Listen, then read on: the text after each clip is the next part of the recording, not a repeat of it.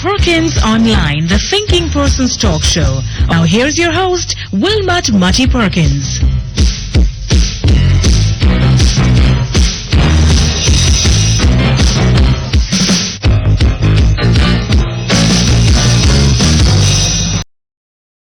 Thank you very much. We're back here. I'm confused. I'm confused after a too quiet weekend.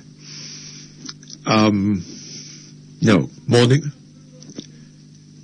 Morning to you all. Morning and welcome once again to Perkins Online. I hope that you all had a tolerable weekend. Which, as I say it, I know that I don't want to sound like a hypocrite. So, let us admit that that many people in Jamaica didn't have a good weekend.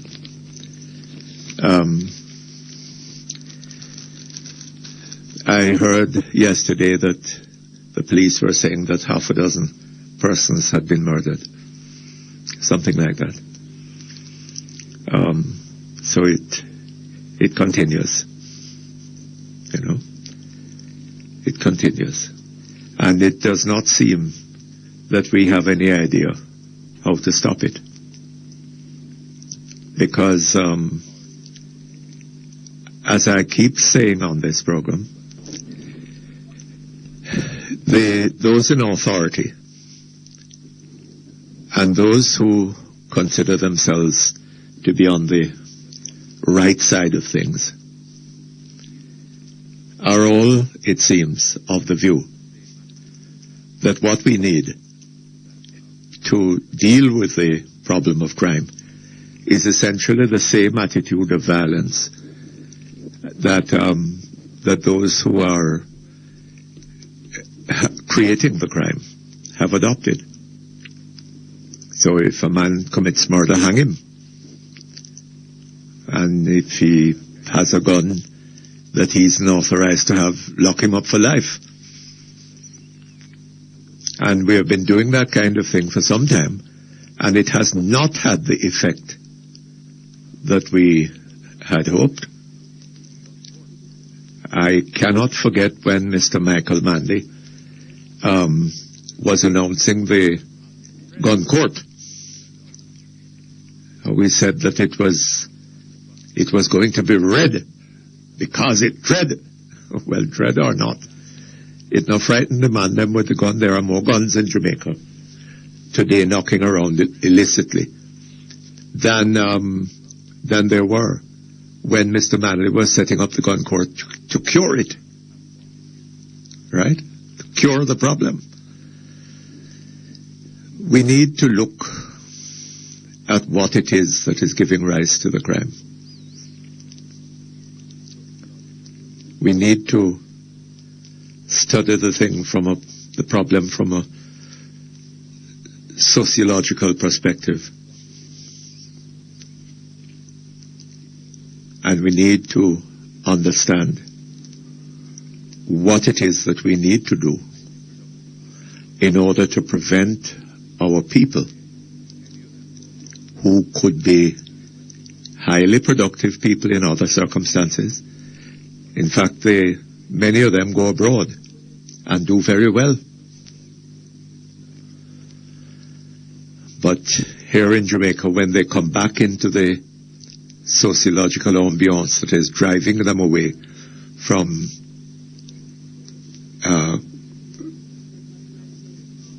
productivity and lawfulness and all that kind of thing, they lapse again, many of them. So it seems to me that we need to take a more intelligent approach to things. The police in St. James, or not what's it called? The crime, the one that's the department that's run by Mr. Green, the deputy commissioner. And they have been, they have been arresting numbers of people, holding them locked up for more than 28 days. In fact, there is one person whose lawyer is claiming that he went to see, what is it, him or her? Not sure. He went to see his client and was refused access to his client. Now, are we going to say that Mr. Rennis didn't know what he was talking about? Does this not have the odor of totalitarianism? When a person can be arrested, well, arrested, yes, arrested. A person can be arrested and locked up in a police cell and can be disallowed seeing and briefing a lawyer. Boy, this wasn't the law when we were ruled by the wicked white imperialists, you know. Please, couldn't deny a lawyer access to his client. But these are different times. Black woman rule now. And the interesting thing about it is that Sister P, when she was about to take I think she had taken it, when she was inaugurated as Prime Minister, she told us that her very first commitment to the Jamaican people would be to deal with the issue of human rights. Her very first commitment. Well, she's now Prime Minister for how many months? April to February. That sounds like, what is it? 9 months at the end of this. Am I right? At the end of, 11 months. At the end of February. What has she done? And we see the police going around and gathering up people like Barrett and his friends were gathered in Montego Bay. Sorry. And had they charged? How many of them have they charged? They gathered up something like 30 odd and let go all but 13 within a matter of a day or two. Right? And now I heard a very strange thing on the radio, I think it was. Mr. Green. I think it was this morning. Mr. Green, the deputy commissioner or assistant commissioner in charge of organized crime, no? Something like that. He was being interviewed. And he was asked about the statement that has been coming out of the police, that certain policemen are involved in this scam that is supposed to have gone on down there in Montego Bay. Number of policemen. And the police are hot on their trail and all this kind of thing. And he let go in this interview that they had no evidence. Up to now, they had no evidence against any policeman. But they're there sort of chatting up a storm about how they're going to be taking in these policemen that have been involved in this. Now why? What kind of irresponsible nonsense is that? If you suspect policemen, work at it now. Find the evidence, man. And when you find the evidence, lock them up. But why go smearing them in the meantime? You know? Well, I think we can do without that. And it doesn't sound like responsibility to me. I am a little mystified about this thing that is supposed to have gone on down there in Montego Bay. How is it that, I don't know, if somebody writes me or gets in touch with me to tell me that I have won for $100 million and that I must send some money in order to, let us say that I did buy a lottery ticket. And I am told that I have won $100 million, whatever. Right? And that I must send money to these people in order to clear up some whatever, so that I can get my $100 million. You think that I would go for that one? No, I am sorry, I wouldn't be in that. Right? If that is the case, then let them take it out of the $100 million that I've won. Right? Simple as that. And send me the balance. I don't understand it. We take a break. We come back shortly. Okay, thank you very much. We're back here online. You know, I made a note about a question that I wanted to ask this morning.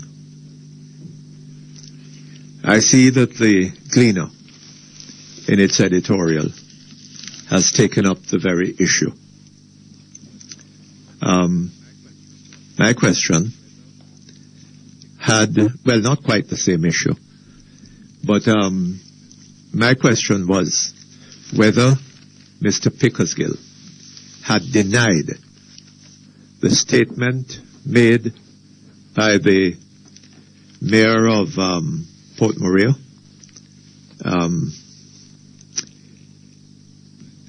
Mr. what's his name?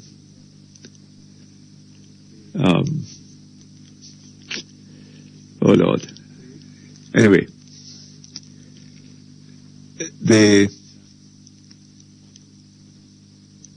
claim made by the mayor of Port Maria that Mr. Montague, that he had written to the minister, Mr. Pickersgill, pointing out the condition of the Broadgate Bridge and of another in St. Mary, and requesting that something be done about them. The dangerous condition in which those two bridges were. Has Mr. Pickersgill denied that he had such communication from Mr. Montague? We have been having arguments about, finger pointing and who really is responsible. But if it is true that Mr. Montague did write to the minister, informing him of the condition of the bridge, and the minister did nothing about it, then I don't see how he can possibly escape responsibility, he and his government. And from what we hear from Mr. Montague, Mr. Pickersgill did not pay him the courtesy of a reply. Now, if that story were not true, sorry, if that story were not true, I should have expected Mr. Pickersgill immediately to deny it. He has done nothing of the kind, so far as I am aware. So I think that it is legitimate to and reasonable to assume that Mr. Montague is speaking the truth. Mr. Pickersgill knew from the letter written to him by Mr. Montague that there were questions being raised about the condition of the bridge. And he sat down there and did nothing about it until the bridge collapsed with some number of persons on board. So it's been suggested somewhere between 14 and 20. And you know, one of the things about that Broadgate Bridge that a lot of people seem not to understand is that the bridge wasn't standing over water. Because when that river is dry, or as it is now, there's no rain going, there are some huge boulders standing up in the riverbed, and not scattered all that far apart. So when those people, when the bridge goes down, what the people are going to do is find themselves confronting hard rock stone, and not little ones, huge boulders. And Mr. Pickersgill and his government sat there and allowed that situation to remain until the lives of Jamaican citizens were endangered. And what about the other bridge that Mr. Montague was talking to them about? What about that? And is it that the ministry hasn't got the money? Is that it? Then how is it that or the ministry, maybe Dr. Davis, the Minister of Finance, the wrecker of this country's finances over the last, what is it, about 13, 14 years?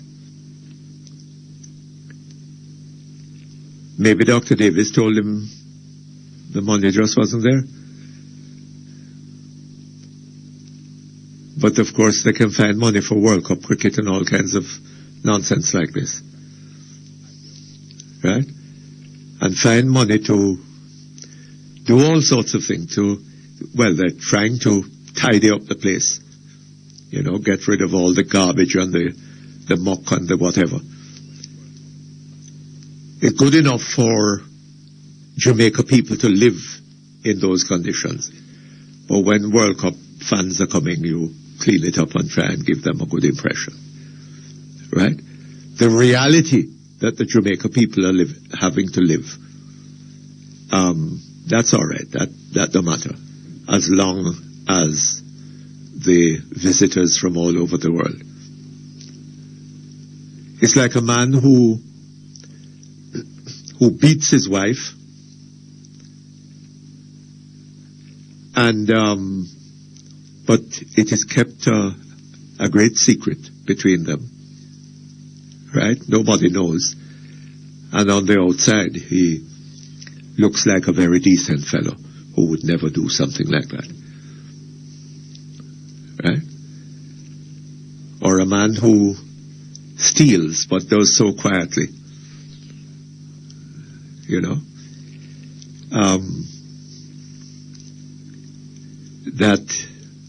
That is what is happening. They have the money to do that, but Jamaican people who have to use a bridge like that Broadgate Bridge are in great danger doing so.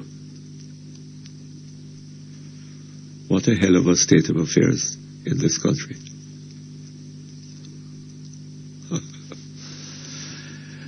Okay, next item. Where are we?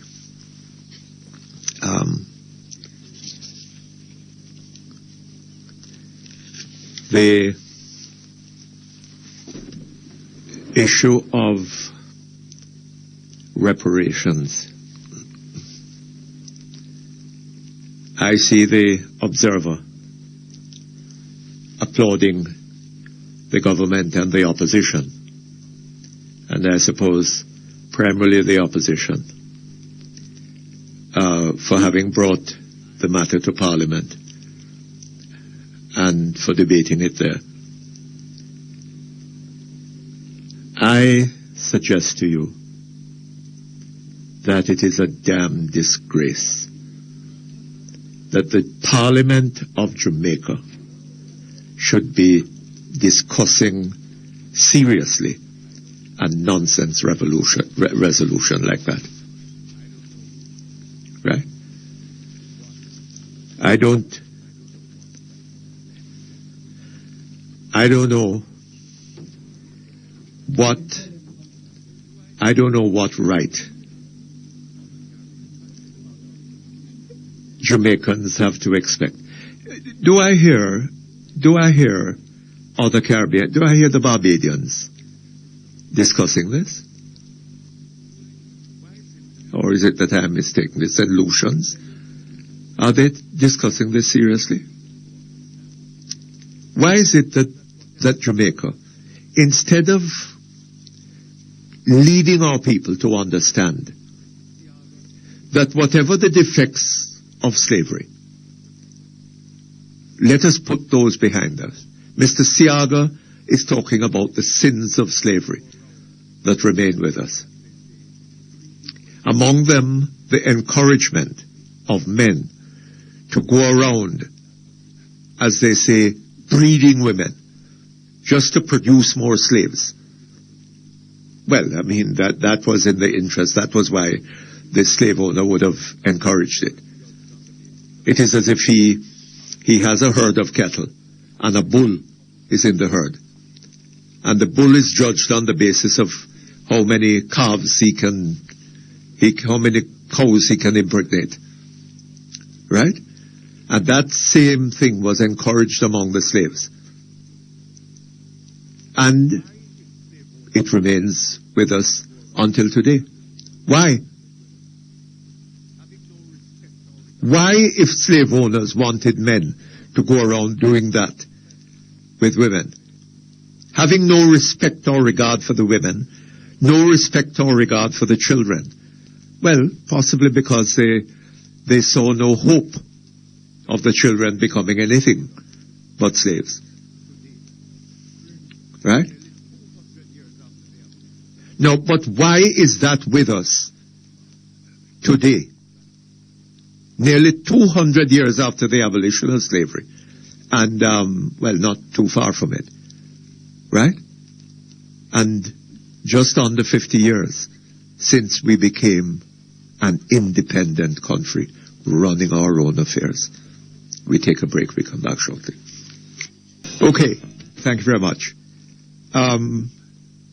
What our leaders should be telling us in this country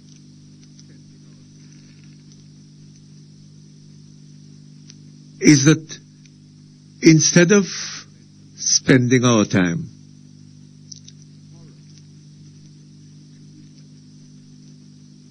lamenting over the horrors, if you like, of slavery. What we need to do is to liberate ourselves from slavery. To recognize ourselves, whatever our slave masters were telling us. To the contrary. To recognize ourselves as human beings with full human potential. And instead of going on and on and on and on and on about slavery, first of all, to liberate ourselves from what Mr. Siaga calls the sins of slavery. And to recognize that we are capable of the best that human beings are capable of. But we're not going to achieve that by begging and disguised begging, which is all that this reparations thing is about. And it really is upsetting to see that the political opposition, from which, well, I suppose that given what has been going on in this country in the last 18 years, a lot of people would be hoping that the political opposition would have a vision of the future of this country, a new vision to offer the people of Jamaica.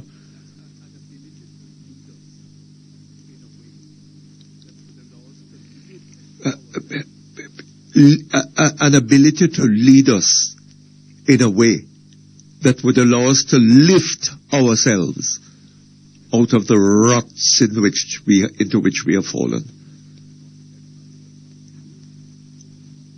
And instead of that, to have the opposition come telling us that what we need are reparations.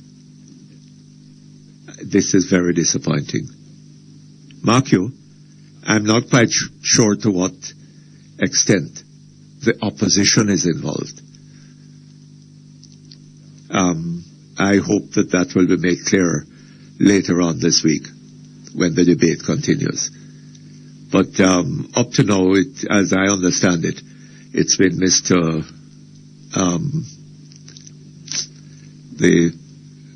What's his name from Clarendon,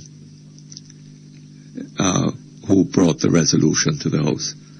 And I believe Mr. Andrew Holness, he has participated in the debate and supported the resolution. We need to get out of that, man. We need to see our future as being dependent upon our own behavior, our own achievements, and to recognize that we are capable of it. Right? And we have what we need to accomplish what we will. For what we need is the will to accomplish, and the recognition that that accomplishment is going to be dependent upon our own efforts. Right? That is what we need. Boy, did you see the Herald yesterday? They had some, look, I'm going on for quite some time, but they had some very interesting articles and discussions about the state of the judiciary and what needs to be done to get it going. Mention was made, for example, of the fact that the judges, the Chief Justice particularly, and the President of the Court of Appeal, as well as of the Judicial Services Commission, which chooses the other judges, that these persons were determined by the Prime Minister, thinking behind closed doors. He decides whom he wishes to have as Chief Justice.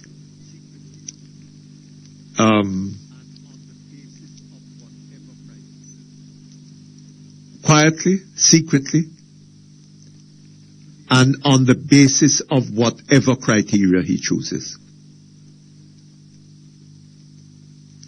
And to the extent that we have and have had in this country over a long time, a politics that has been, to some considerable degree, shaped and driven by corruption. Is it possible that corruption has had its part in the shaping of the Jamaican judiciary?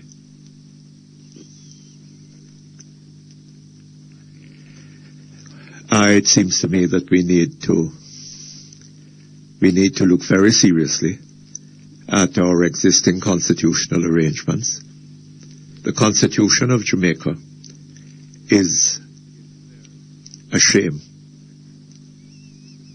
It really is. It isn't there to offer protection to the Jamaican people. It is there to offer power to the politicians. We need to change all of that. Now, not so long ago, there's a certain gentleman who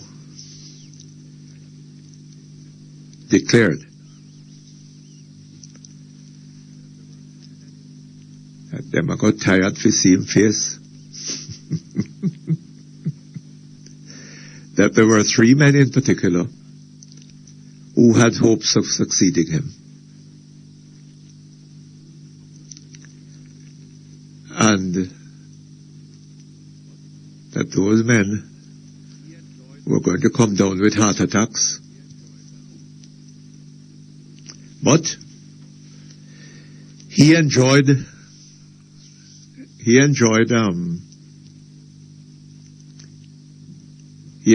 attending funerals, and he would enjoy attending their funerals.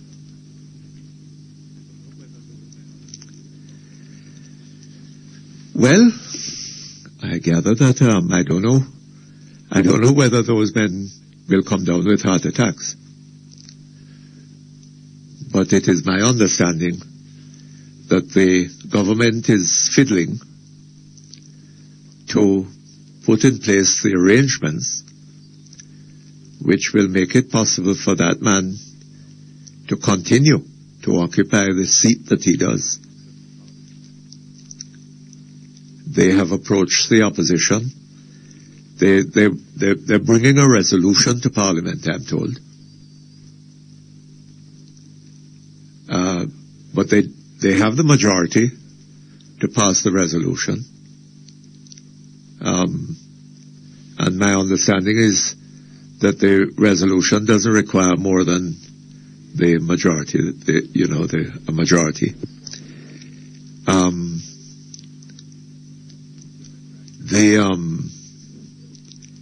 But they don't want it to appear to be one-sided. So they're trying to rope in the opposition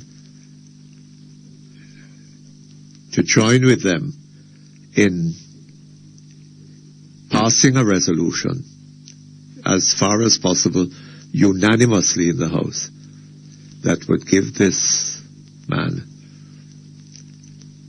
a longer hold on the precious seat.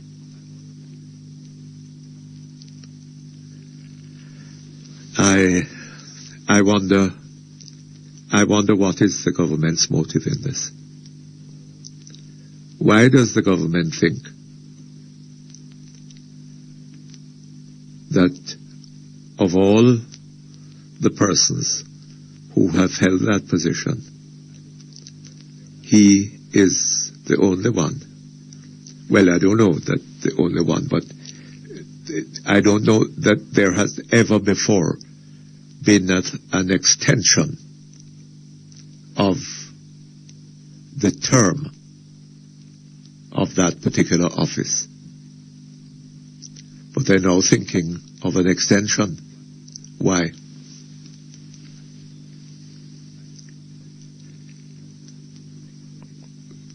Why? I hope that the government will be prepared to explain that to the people of Jamaica. Or that the people of Jamaica will demand an explanation. You know, why?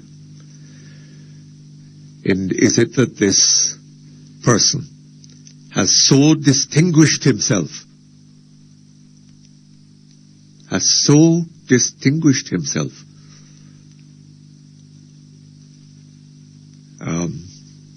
that it is thought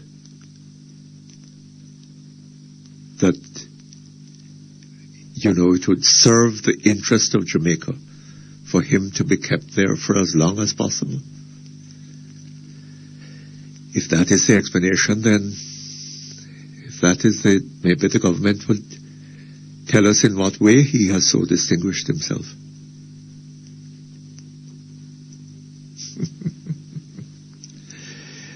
Oh, what a country we live in. What a country. Okay, we take a break. We come back shortly.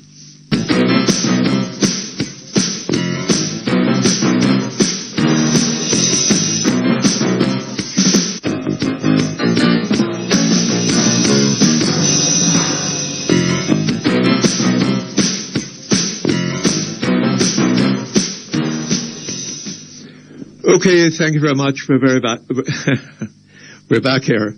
And we go to our telephones. Hello? Hello, good morning. Good morning to you, Mum. How are you? Mr. Perkins, how are you? Not too bad. This is Barbara Clark. Oh, Miss Clark, how are you? I'm very well, thank you. I wanted to address a couple of citations with you.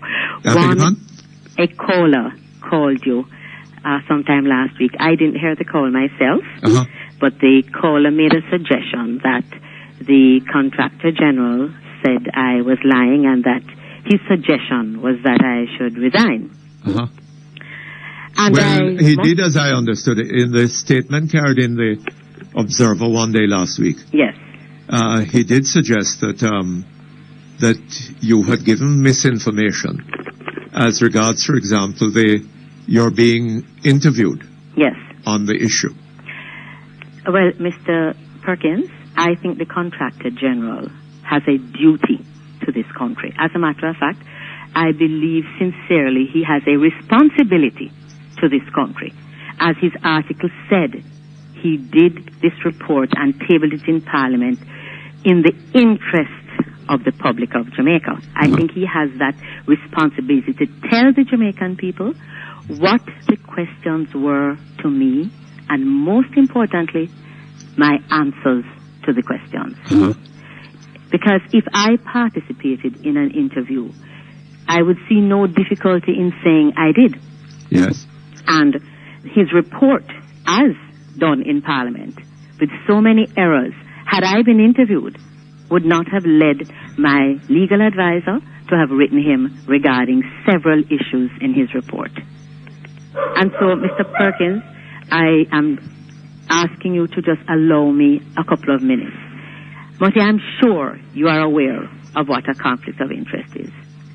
I'm also sure you are aware of the various regulations that guide us when it comes to conflict of interest. Yes. The Companies Act, the Public Bodies Management and Accountability Act, the Code of Conduct in the Government of Jamaica Public Sector Procurement Document, also has similar information. Yes. And Mutty, Jamaica is a small place, and services are limited here. And therefore, a conflict of interest is going to arise very often. The issue is how one deals with a conflict of interest. That's the important thing. And these regulations tell you how you deal with a conflict of interest if it arises. I want to make it absolutely clear, and the issue for me is not whether I was interviewed, because to me that's a distraction by the Contractor General's office. What is important is the report that was tabled. The issue, hold on, I didn't get that. The issue is not what? Not whether you were interviewed? I didn't hear you, Mutty. I said, what are you saying, the distraction? Yes, The an interview. General. You know, to say that I was not interviewed, right? I am telling you I was not interviewed. And to dismiss it, rather than dealing with the article, as the article in the Observer said, prove it. That's what the article said. Prove the report you tabled in Parliament. That of an existing conflict of interest, that of my company was awarded contracts, 18 contracts over a 3.5-year period, and contracts after my being chairman. When, Mr. Perkins, I have received no contracts after I was appointed chairperson of PETCOM. Any work done at PETCOM after my being chairman was a continuation of a contract I had prior to becoming chairman. Hold on, say that again for me. Any contract, any work I did at PETCOM after being appointed as chairman was a continuation of a contract awarded to me prior to becoming chairman. Actually, from 1998, I was doing business with PETCOM. Several years before I became chairman. Several years. Like how many years? 1998, I won a tender. I must tell you, Mr. Perkins, I trained for about, I think it was a year and a half, nearly 2 years. The then general manager said to me that because of the massive turnover of pump attendants, because that's the group I was engaged to train, would I possibly be able to train their HR department because it was going to be costing a lot? No, would you lift your voice a bit for me? Lift it? Yes. Okay. And I then had the HR manager travel around with me, not I did. PETCOM suggested that she accompany me island-wide on my training sessions to observe my training, and also the fact that the petroleum industry has some specifics. There are things that are specific to the petroleum industry that one has to practice, and including safety and so on is a part of all of that training. But before you go there, could you clear up something for me? Sure. You said that any work that you got, your company undertook at PETCOM was derived or came about as a result of a contract that you had entered into before becoming chairman of PETCOM. Yes. Now, does that mean that that contract was extended? All right, and let me just explain to you what happened, Mutty. I did the training of the HR individual, and then in 2003, the then general manager called me back and asked me if I would take up back the training because it seemed to have not been working out. Mutty, like everybody else, every sensible person, I had some changes at that point. This was a couple of years after I'd won the original tender. So I redid a proposal which PETCOM signed and agreed on, and I re-engaged myself in training with PETCOM as of 2003, and that's 2 years before I became chairperson of PETCOM. So I was training on that contract when I became chairman. I declared to the board on my first opportunity, the first meeting of the board, that I was doing business with PETCOM. I was engaged in business with PETCOM, and no one on the board objected. I was asked to even describe my training, how I did training and how I thought it benefited PETCOM. But how long a duration was the contract? When did you first enter into that contract? The very first time I did business with Petcom? No, the first time you entered into that contract. What was the date of the contract? July 1998. July 1998. And the renewal for how long? Was in 2003. Yes, for how long was that contract? There was actually no time, Mr. Perkins, because training is a needs basis. It's done on a needs basis. They call you in when pump attendants are, fired, or a new service station is opened and their staff needs training. So you could find that you train for a couple of months and then you don't train for what you're saying, Ms. Clark, is that the contract was open-ended? Was unlimited? There wasn't any? I think Petcom would have the right to say that they're going to put it to tender again at whichever given time they feel like. You think so? Well, I was not director or chairman at Petcom at the time, in 2003, and so it did not have a time limit on it, as I said, because it's a needs basis. Training was done on a needs basis, and I imagine Petcom could have say, we're putting our training back out to tender now. You have done training for so many years. We want to put it out again. Yes, but let me ask you something. Right. Have you before ever heard of an open-ended contract like that? That is not legal. Well, as I said, Mr. Perkins, I was not neither director nor chairman of Petcom. And when I was called to renew this contract, it told me how many that I would be training pump attendants, and they had wanted to include the other group of persons in that sector, which was the LPG filling plants. Yes. And I have the contract in front of me, and it did not have a date. Yes. All right? I'm just telling you what existed. Now, yes, but there is something wrong. And that would have to do with the procurement policies of Petcom, Mr. Perkins.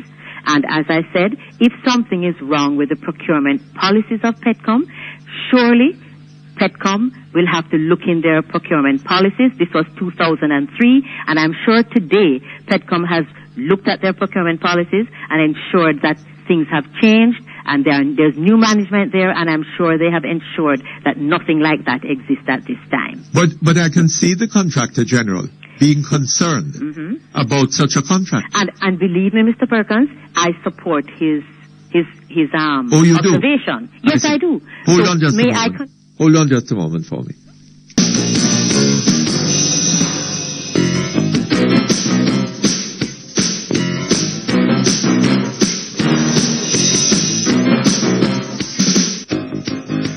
Okay, thank you very much. We're back with you, Ms. Clark. Yes, Mr. President. You were saying at the break. Your attention you were saying at the break.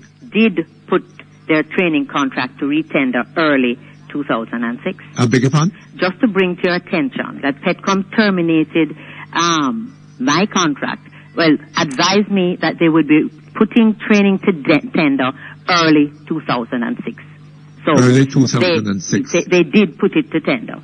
Last year. All right. Mr. Perkins, I want to discuss the real issue. But hold on a minute. Oh, I'm sorry. You said that you agreed with the Contractor General. Yes, Mr. Perkins, believe me, I think the Contractor General has a responsibility to do what he's doing, and I support wholeheartedly what the Contractor General's office is doing. However, the issue of the conflict of interest, Mr. Perkins, it was tabled in Parliament. Yes. And the fact that I awarded my own I was a part of, I could have, may have, and in all appearances awarded my company contracts is my concern. That's my concern. I'm concerned about the report that was made in Parliament. These are issues and weaknesses of a procurement policy that was practiced by a company in 2003. And yes, there are things that need to be corrected and have been corrected, Mr. Perkins. All right? But hold on. Yes. You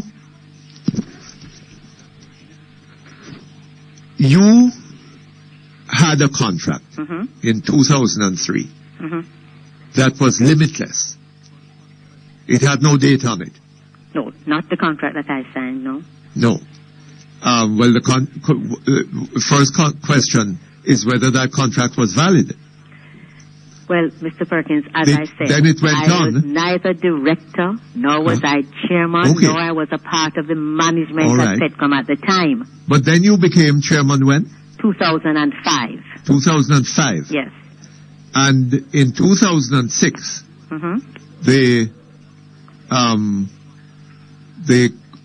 Petcom Yes. decided, with you as chairman, Yes. that the contract would be revisited. Yes. They will be putting training to tender again. Okay. However, I must mention that with costs and expenses being a priority for Petcom, it was being discussed to do training in-house. Okay. Meaning that the HR department would probably have to take on someone, and because we were very concerned about cost at this time, so there was a concern as to whether it should be put out to tender again or actually on in-house. And I think the decision was hold this whole training and let us see what the cost would be as to doing it compared to training in-house and putting it out to tender. Yes, but the decision was taken Yes. to go the same route. Yeah, but this is new management, so they would have known why they wanted to do that. And to whom was that new contract awarded then? It has not been awarded, and I don't think it will be awarded because, as I said, the decision was made to go have the HR department manage training purely because putting it to tender was creating a cost situation. So for who Petcom. was it that did the training? I don't know, Mr. Perkins. So you Remember, I was neither director, chairman, or a part of the management at Petcom when the training was done by Petcom. I don't know. when did you cease to be chairman of Petcom? I am not. I have not terminated. I have not been removed by the. So you still are the chairman? Yes, I still am the chairman. Uh-huh. So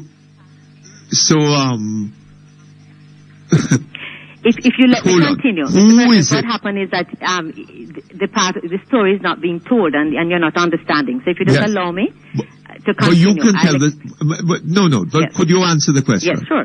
Who is it that is actually doing the training At this particular time, at this particular time? No one is doing hold on. training now? No. Oh, Over the last year, for example, the last year was done by my company. by your By me, company. yes. So you're saying that early in 2006, Hmm. the Petcom decided to revisit the contract. Yes. And the result of that revisitation Hmm. was that you came away with the renewed contract. No, sir. No? There is no contract in place to do training now. Oh, but you're doing training.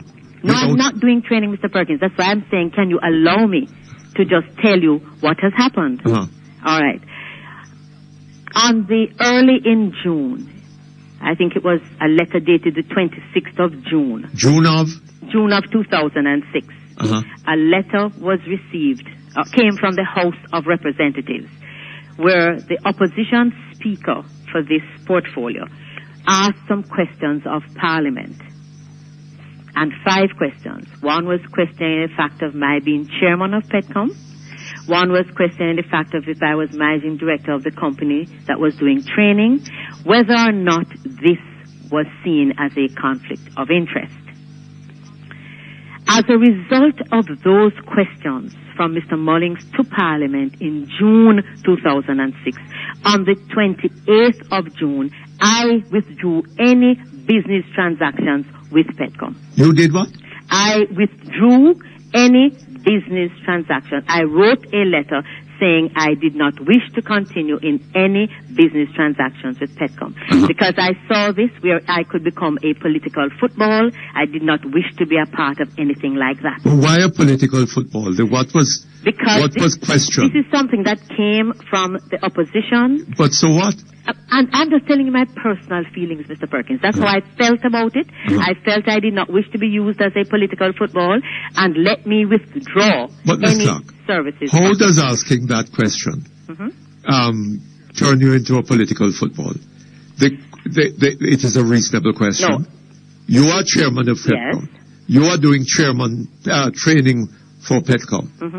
The question is... And I could do training for Petcom. Fine. As long as I was guided by the Companies Act and the various acts, which says I should declare to my board and do not be a part of any selection process regarding that contract. Yes. And I'm saying that I had a contract prior to becoming chairman, therefore I could not have influenced in any possible way my being awarded that contract. But such an arrangement could not have been transparent, could it? If you are the chairman of Petcom and you have a contract, an open-ended contract, doing work for Petcom, yes, right? And that work continued until June of 2006. Sometime after you had been appointed chairman of Petcom. When was that? When were you appointed chairman of Petcom? March 2005. March 2005. Yes. So it continued for more than a year. Yes. After you were chairman of Petcom. Yes.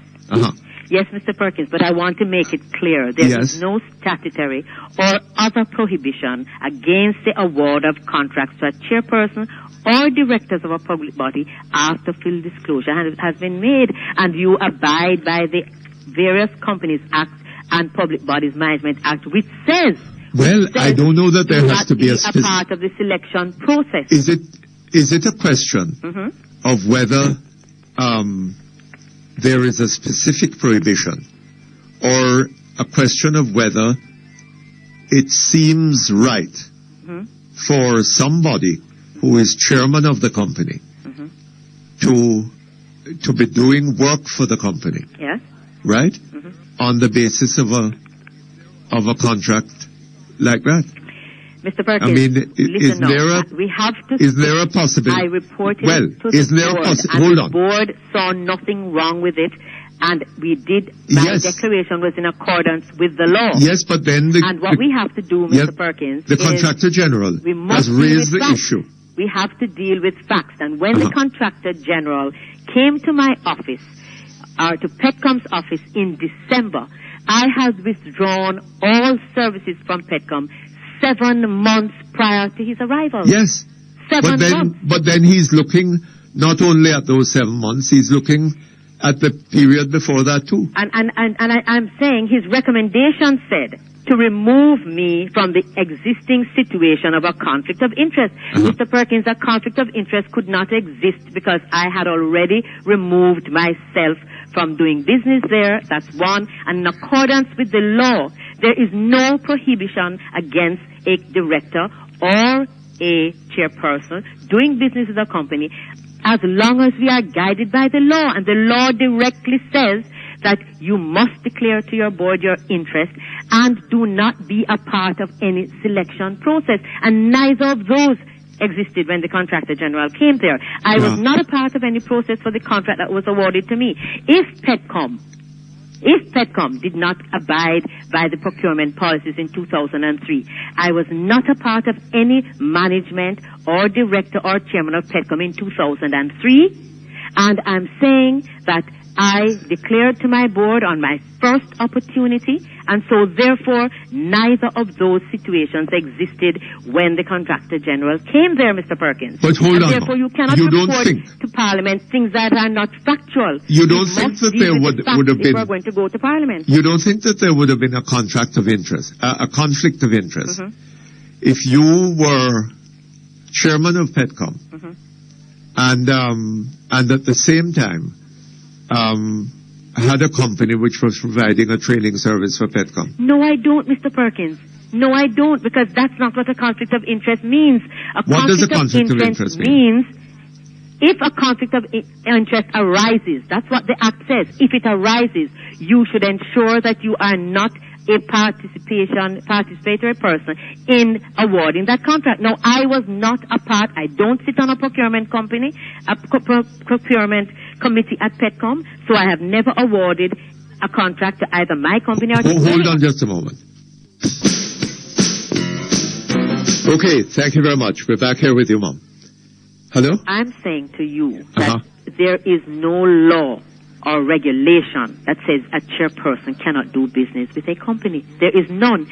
If we are looking at the fact that there's a difficulty with that, then that's a law that we need to But you look don't at. see, But ma'am. I am saying, Hold on a little Mr. bit. Perkins, Hold on a once minute. you do what the law tells you to do, Hold how on. then You don't say see it's incorrect? whether that is true or not.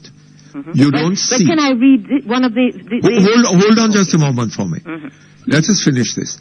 Sure. You don't see that as chairman of Petcom, you are in a position of power and authority in that company, Yes, right? In a position there to influence yes.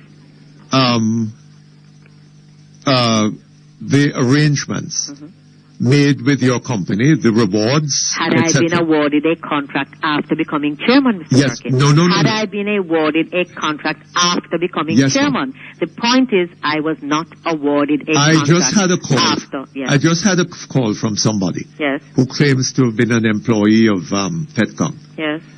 and that prior to your becoming chairman, the training sessions lasted a day at a time. Yes. After becoming chairman, they extended to 3 days. 3 days. 3 days. Not true at all, Mr. Perkins. No? No. And let me tell you what. It extended to 2 days. To 2 Purely days? because, no. Purely because I was asked to now include LPG filling plants as a part of the process. Asked by whom? Asked by whom? Pardon me? Asked by whom? The management of Petcom. The management of Petcom. And also because, The board of Petcom had nothing to do with it. no, not the board of Petcom at No? all. Because I don't know that training, the fact that this contract was awarded prior to my becoming chairman, and I don't think a training contract would go to the board. This is something that would be done by the management of Petcom, and I am not an executive chairman, so I don't participate in that kind of situation. So, Petcom wanted to have the LPG pump attendants to be trained as well, and also that more emphasis be played on role playing. Now, role playing was always a part of my training sessions. What happened in one day, everyone was not able to participate in role playing, and the classes now had improved in number. So then because the amount of LPG, 14 LPG. Hold on. Yes. The amount of work Yes. that you were doing under the contract was doubled after you became chairman. No, not doubled.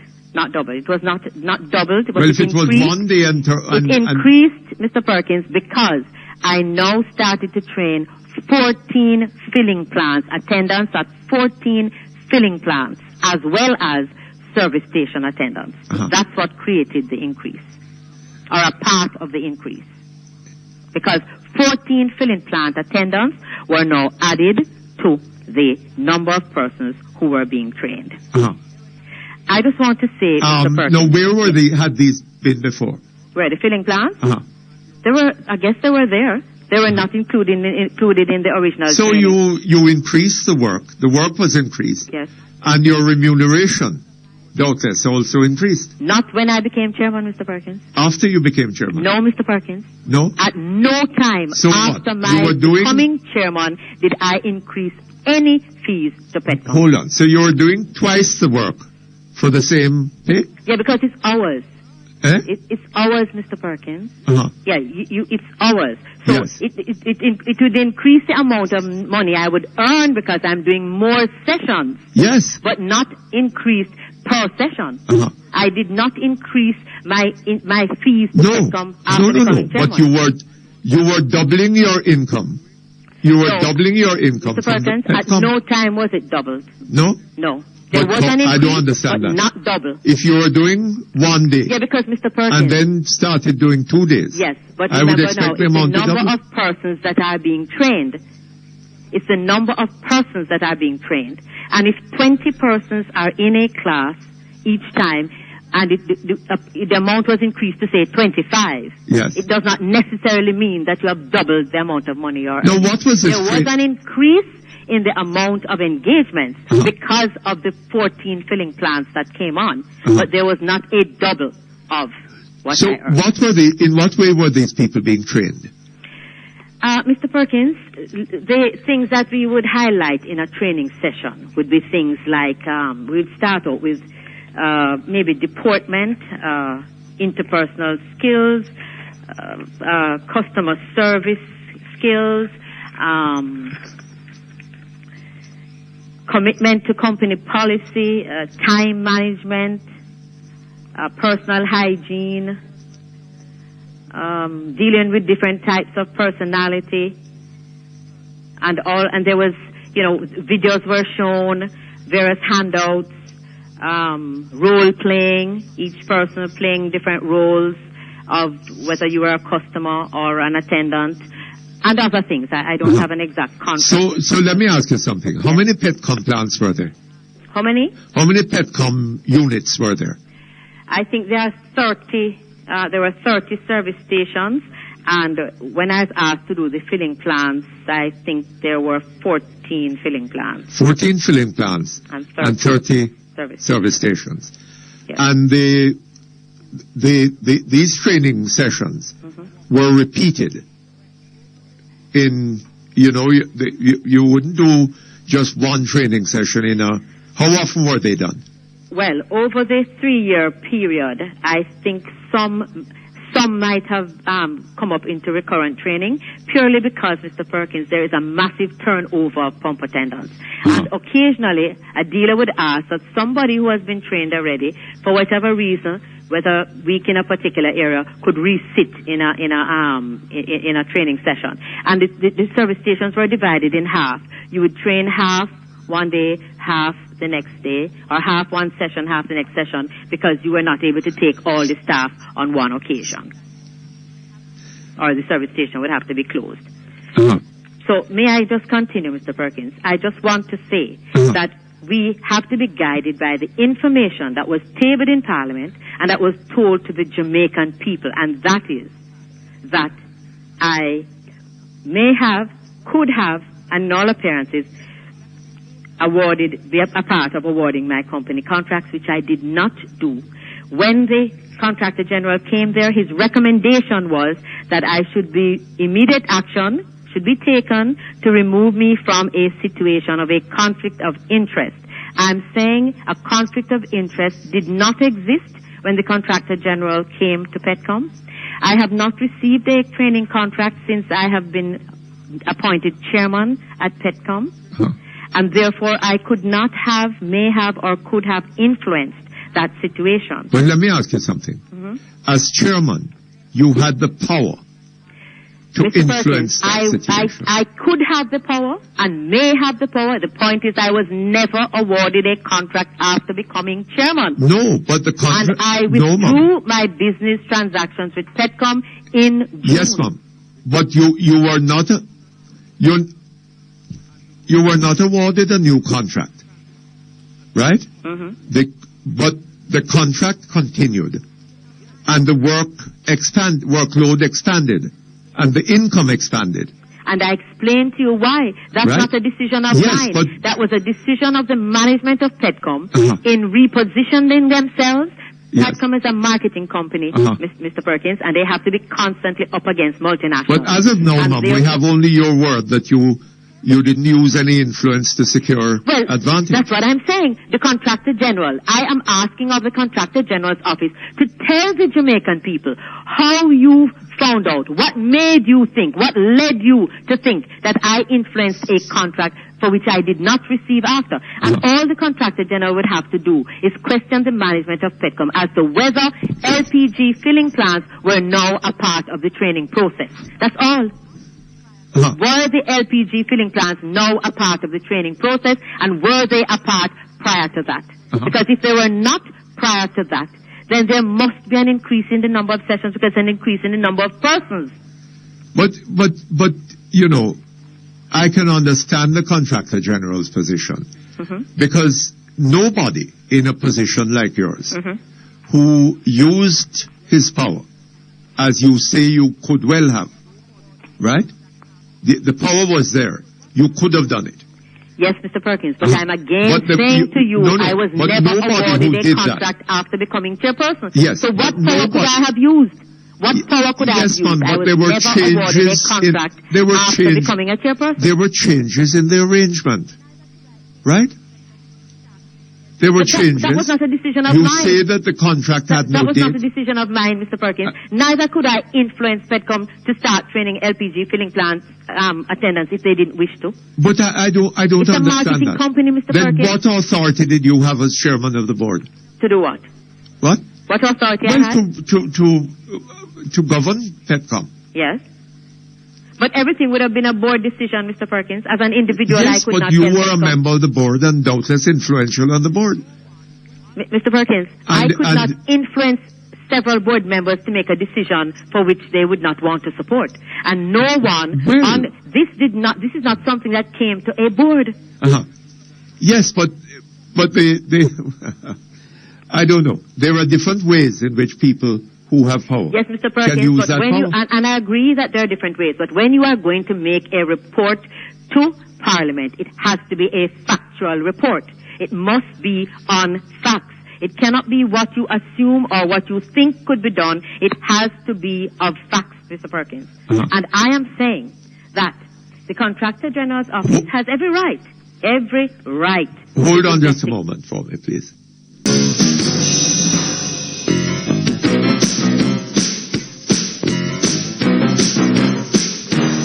Okay, thank you very much. We're back with you, Ms. Clark. Mr. Perkins, We I have just to break want this to up say shortly. that Eh? even parliamentarians can do business with government as long as they declare what their intentions are. Mr. Perkins, the principles of fair play and natural justice were not afforded here. But a parliamentarian doing business Yes. with government Uh-huh. may not be exactly the same as a chairman of a board. Situation That would be more applies like the where- prime minister doing business with the government. and be not a part of any selection process. Mr. Perkins, let me just say the principles of fair play and natural justice were not afforded here, and I support wholeheartedly the work of the Contractor General's office. But I'm saying any information from an office of that magnitude must be done diligently and thoroughly and be factual.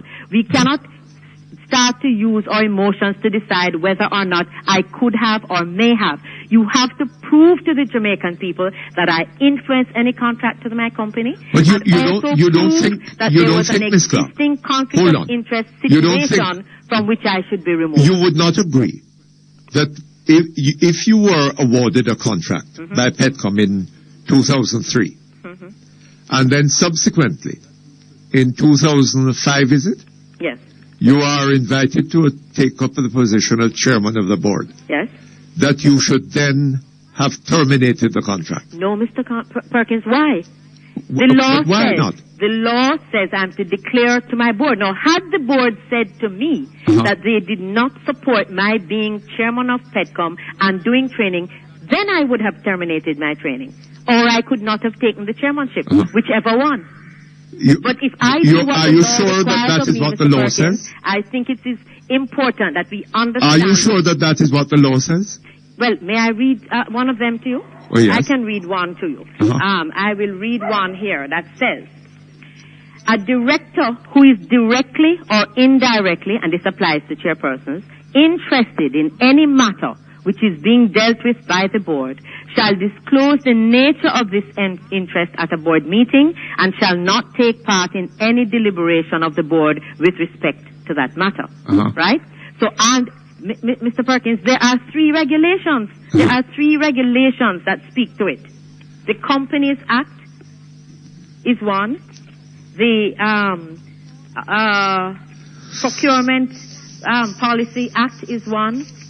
And the Accounting Bodies Act is one. And they all say the same thing. Mr. Perkins, a conflict of interest is going to arise every day because of the lack of services in Jamaica. The issue is how you deal with a conflict of interest. And I'm saying, when So the you Contractor admit- General's office came to my office that I am chairman of, You're I was admitting that not there was- doing business with Petcom 7 months prior. You're admitting that there was a potential conflict of interest. How could I admit that? But you did. How? You say a conflict of interest is going to arise every day. Well, Mr. Perkins, I'm saying that it can arise every day. How you deal with it? If you deal with a conflict of interest in accordance with the law, then there is no conflict of interest. Let me ask you something, Mum. Then there is no conflict of interest. What were your qualifications for this training job that you undertook? Because I do training, Mr. Perkins. You do training?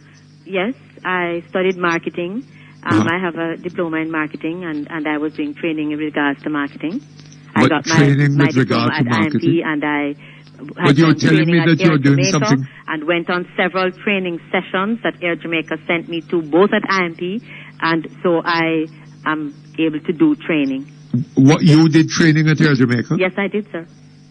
But what was your job there? I started out as a flight attendant, became a purser, I was a route supervisor, and then I did training for many years. I see. Mm-hmm. All right, training Mom. for many years. Thank you very much. Thank you, Mr. Perkins. All the best to you. Okay, hello? Hello? Yes? Yes, Mr. Perkins? Yes? Good morning. This Morning, is Dahlia from Treasure Beach calling. Uh-huh. I would like to say that Jamaica is such a beautiful island, and it's just a shame that the people who are in power are making the executive decision, are not benefiting the people because they're doing such a crappy job. Hello? Yes, I'm listening. And there are two issues that I would like to highlight for you. First, the lack of equipment that are provided to the police officers. Yes. And for example, someone got murdered here recently, and it took the police so long to get to the crime scene because they said the police car was in the mechanic shop. And I was like, I keep asking the people, are you guys kidding? Is this for real? And they said, yes it is. They said, yes it is. And I said, you got to be kidding me. They said, well, sometimes the car is in the shop, and sometimes they out doing their personal business. And I think that it's a shame that, what's going on here. Yes. How could you go back? How could you ask for help, when these people, they get the money and they're not doing what they're supposed to do? Uh-huh. For example, another example, again, the issue that I have is with the road. Forget the road. You drive a mile, you want to come home and sleep. I don't call these potholes. I call these well holes. Well holes. Perkins. Well holes. That's what I call them. Because they're so deep. Yes. I mean, I don't know how how they can afford to, the front of your car, the parts they got to pay for it, and to pay to get it fixed. And I don't think it's going to take. How long would it take for the government to provide a bulldozer to just bulldoze the road and make it evenly so you could at least drive? Yes. And forget the crime. I went to Santa Cruz from Sandbank the other day, and I drove with one of my cousins, and I said to her, you know what? If night falls on us, forget it. We're not going to drive through this road they call Williamsfield because it is so tiny, it's so bushy, and two young ladies driving that late at night, it's like we're begging for something to happen to us. Uh-huh. And that's where this guy one of my cousins got murdered. Oh, is that so? Yeah. Because you're driving so slow that anybody could just stop in the road and stick you up, because I heard that there's so many guns on the island that's been coming here from the citizens, some of them that are going there. Uh-huh. And they're complaining that, they know who have the guns, but they won't, some people report it to the police, but, as you know, in law that you have to see it personally before you can do anything. Uh-huh. And I just wish that, the citizens, I heard that election is supposed to be calling soon, and I hope it is soon, and I hope the Jamaican people don't have short-term memory. I hope they have long-term memory to realize, what they're feeling, because they complain, but I wish they would do more than just complain. Yes. You live permanently in Treasure Beach? No, Mr. Perkinson, I live in New York. Oh, in New York? Most of my family live here. I see. So you're here on holiday? I'm here, yes, sir. I see. And Treasure Beach is one one of the tourism areas. Exactly. It's supposed to be a tourism community. Uh-huh. And honestly, I would not even encourage the tourists to come here because first of all, the guns and the roads. I mean, it's a beautiful place, but they really need to clean it up. Yes. They really, really and truly need to clean it up. Well, I wish the politicians would stop do the talking and let their actions say more than what they're doing. If you people down there really want Treasure Beach to be cleaned up, oh, Mr. then Perkins, what you need, not just Treasure Beach and the whole, I want the whole entire island to clean up. But let's start with Treasure Beach. Okay. What you need is a World Cup cricket match down there. But it's not going to happen down here. Not going to happen? No. Oh, because, you ought to take one of those fields that the people are growing tomatoes and cabbage and whatever else on. Turn it into a cricket field. Mr. Perkins, it shouldn't just be Treasure Beach. It should be the whole Stadium. entire island. This is not. This is a small island. It's not like it's a big country. Yes. And but first you of notice, all, the people that are in power, I hope the Jamaican people remember who are in power now and ask themselves, what are these politicians doing for us? Are our lives any better? Well, you notice that since Cricket World Cup came around, the hospitals are getting serviced. Yes. But for how long, Mr. Perkins? They're bringing in ambulances and Pardon me? all sorts of other equipment like that. I know. So what we need are more World Cup cricket matches. Okay, but my question is this. When the World Cup match is over, what's going to happen? Well, but the ambulances will still be here. Okay. The hospitals will have been fixed, until they start breaking down again. Yeah, and what happened to the police department, the police force? Well, the police force will no doubt also be getting a few things for World Cup. Okay. What we need is World Cup, more and more World Cup. Really? But first of all, they need to fix the road before the World Cup arrives, because you can't drive on the road. Like I said, if I drive a mile, I have to come home and sleep. I'm so tired of jumping in these well holes. Well, anything that is not being fixed before World Cup is not going to be fixed for quite some time, I can tell you. Mr. Perkins, it's a shame. As a Jamaican living abroad, I must say, it's a shame to see how this country has... this is my first time back in 6 years, and I was shocked to see the changes. Hold on just a moment for me.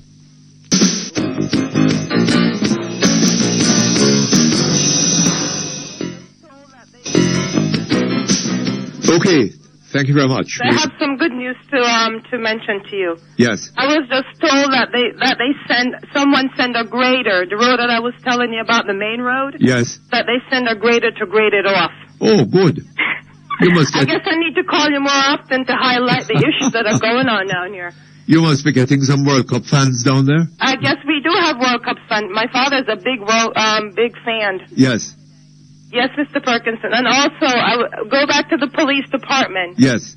Like I said, someone got murdered here on Saturday. And like I said, the police took forever, especially in other cases, to get to the crime scenes. Forget if something happened and they call him. They never shows up. Like I said, the issue with the car...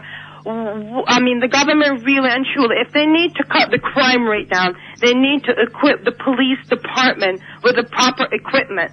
With all the money that I know I hear my parents talk about how many taxes they have to pay that they never used to pay before. Where all this tax money going? What are they doing with it? Yes, well, that's a good question. A lot of it, the tax money, a lot of it is going to service the debt, you see. Yeah, but I know, but if you don't help the people of this island, it only will increase the crime rate. I beg your pardon? If you don't help the citizens of Jamaica, a lot of them will turn to crime if you're using all this money to pay off the debt. Yes. And I'm sure a lot of these millionaires that live in this country, they can at least help as well. And the government, what is she doing, or who's doing with the money? What are they doing with all this money that they're getting? I know the debt has to be paid off, but at least, pay some towards the debt and also help the people so that they could produce more, earn more, and also help. Yes, quite true.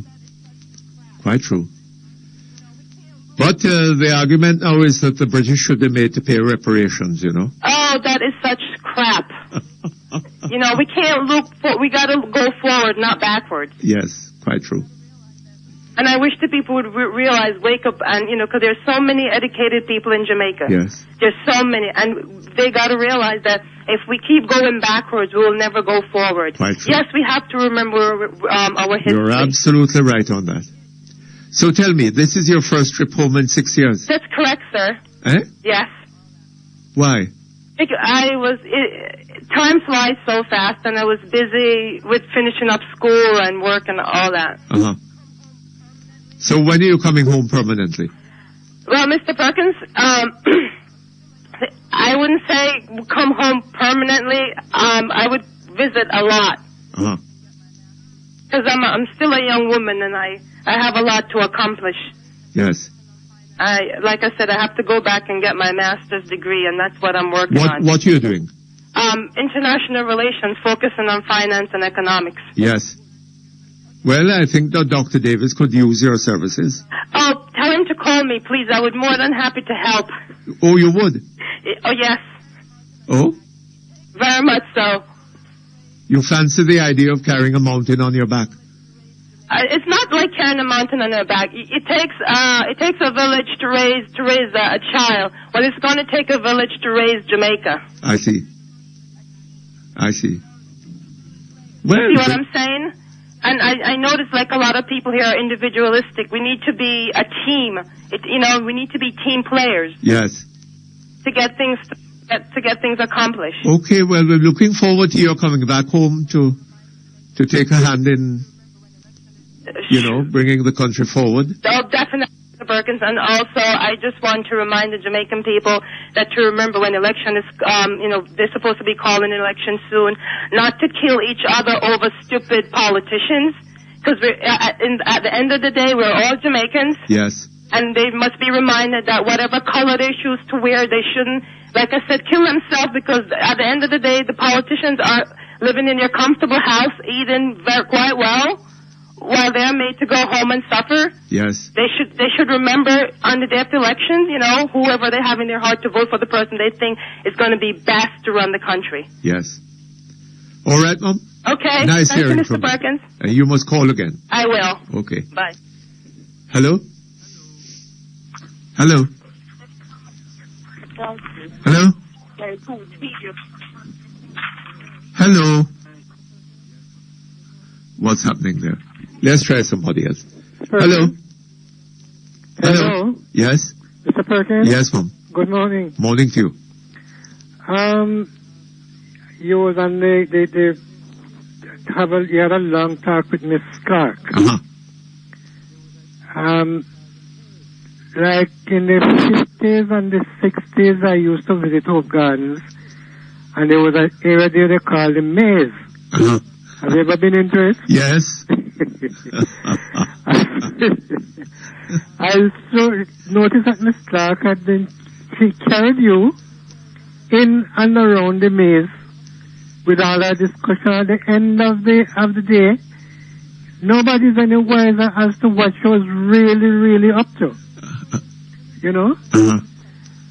I mean, it's amazing, right? She didn't show any light on the fact of what you were talking about. She just tried to run a ring around you. You weren't impressed? No. She was just trying to run a ring around you and making herself look ridiculous. Oh? Yes. Oh, Lord. Yes. The next thing, sir, this bridge that broke down. The bridge? Yes, the bridge. Mm. That bridge was built by the Public Works Department many years ago. Yes. So how come now they're disclaiming responsibility for the bridge? Well, I tell you something. I hear all kinds of disclaimers being put out. What has not been denied by Mr. Pickersgill, as I was saying earlier on this morning, mm-hmm. is that Mr. What's his name? The mayor of chairman of the parish council in St. Mary, Mr. Yeah. Montague. Mr. Montague said that he wrote Mr. Pickersgill a letter, I think it was in October of last year, Yeah. about the condition of the bridge, of that bridge and another one in St. Mary, right? Mr. Pickersgill did not respond to him, and nothing was done about the bridge. Mr. Pickersgill, so far as I'm aware, has not denied that. For him not to deny it is in effect to admit it. Am I right? Yeah, perfectly If somebody right. makes a serious allegation like that about you, and you don't say, no, that is not true, then the assumption is that it is true, Yes, that's right. right? And I don't see how the government, I mean, I don't know what, that they gave the parish council any money to do this kind of thing, right? So, and they sat down and watched people fall down onto those rocks. 14 people. They're very lucky, you know. Very, very They're lucky. very lucky that none of them died. And especially that pregnant woman. Absolutely. Who was, I gather, she now has 2 broken legs. Oh, my God. My God. Eh? What a thing. Is the government going to be held responsible, or shouldn't the government be held responsible? But I should think so. I hear that issue being raised by the public defender. Oh, You know. poor us.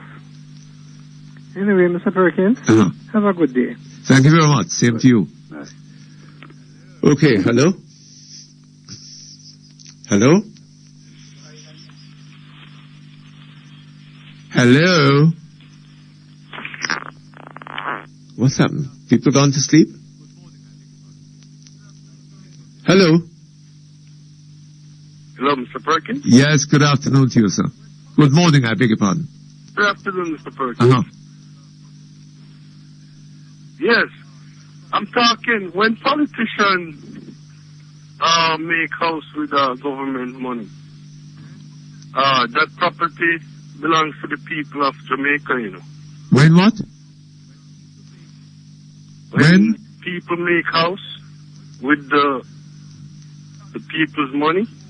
When people make... Yeah, when the government use the people taxpayer money to build home, Uh-huh. that home belongs to the taxpayer, the Yes, people of but- Jamaica, Well, but if... right? Okay. So what? Huh? Not if not if particular persons buy those properties, right? Unless their property is made out of the money they earn from Well, their earnings, not the taxpayer. No. If the National Housing Trust builds houses, sir, and people are invited, National Housing Trust. eh? I'm talking. You use the taxpayers' money to build a home, Uh-huh. then that belongs to the people of Jamaica. But it can be sold to somebody Doesn't else. belong to you. Okay. Like if you're leading, Devon House is where the people give you to stay. That's where you conduct your business from. Uh-huh. I see. So? Yeah, it's just I'm saying, and the caller were talking earlier on about cleaning up, and she's absolutely right. The lady that called from, I forgot what place she was saying she called from. That's on vacation. She's absolutely right. Yes. Well, the police gonna fight crime if they don't have car. The car is in the shop. Well, it's not just cars, but it's a lot of other equipment that they lack. That's the best you do. You know, you don't have a car, Yeah. but you buy the bling from America, but you can't buy police cars, huh? Yes, well, All right, Mr. Perkins. it's a serious problem, sir. All right. All right? Thank you very much. Okay, do we have time for another? Hello? Okay. We're now approaching news time. We'll be back here after the news at in about 20 minutes.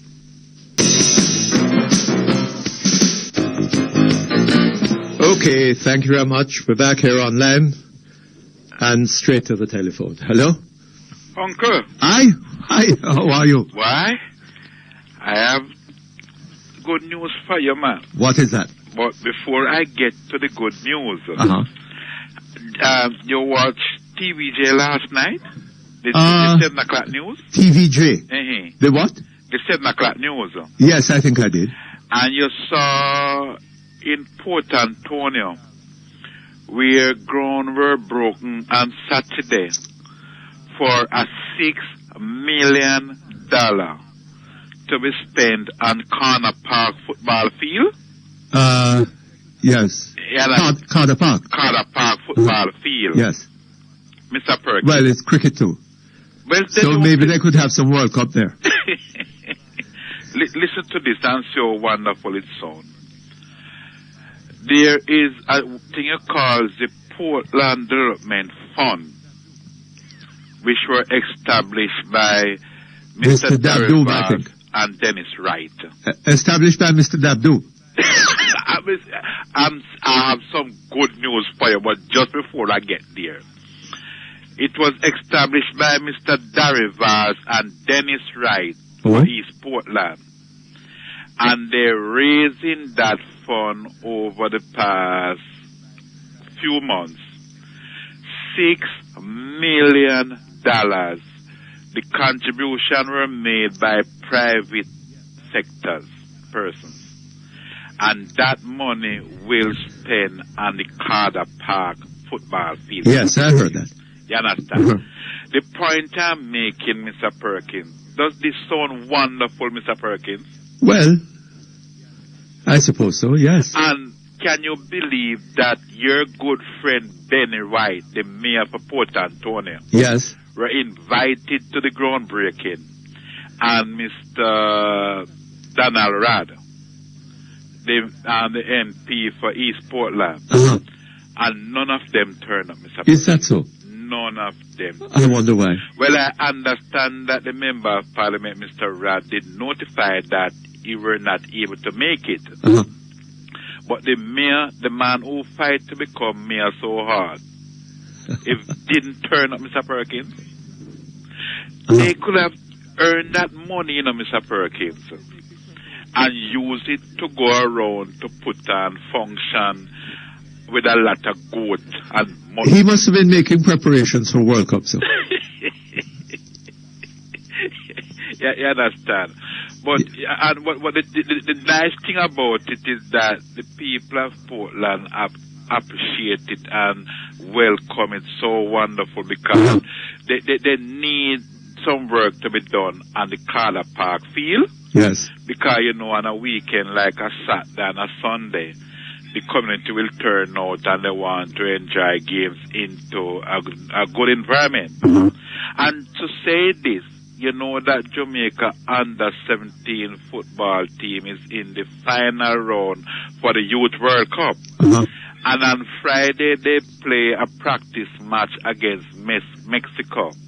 And are beating Mexico for the first time in history.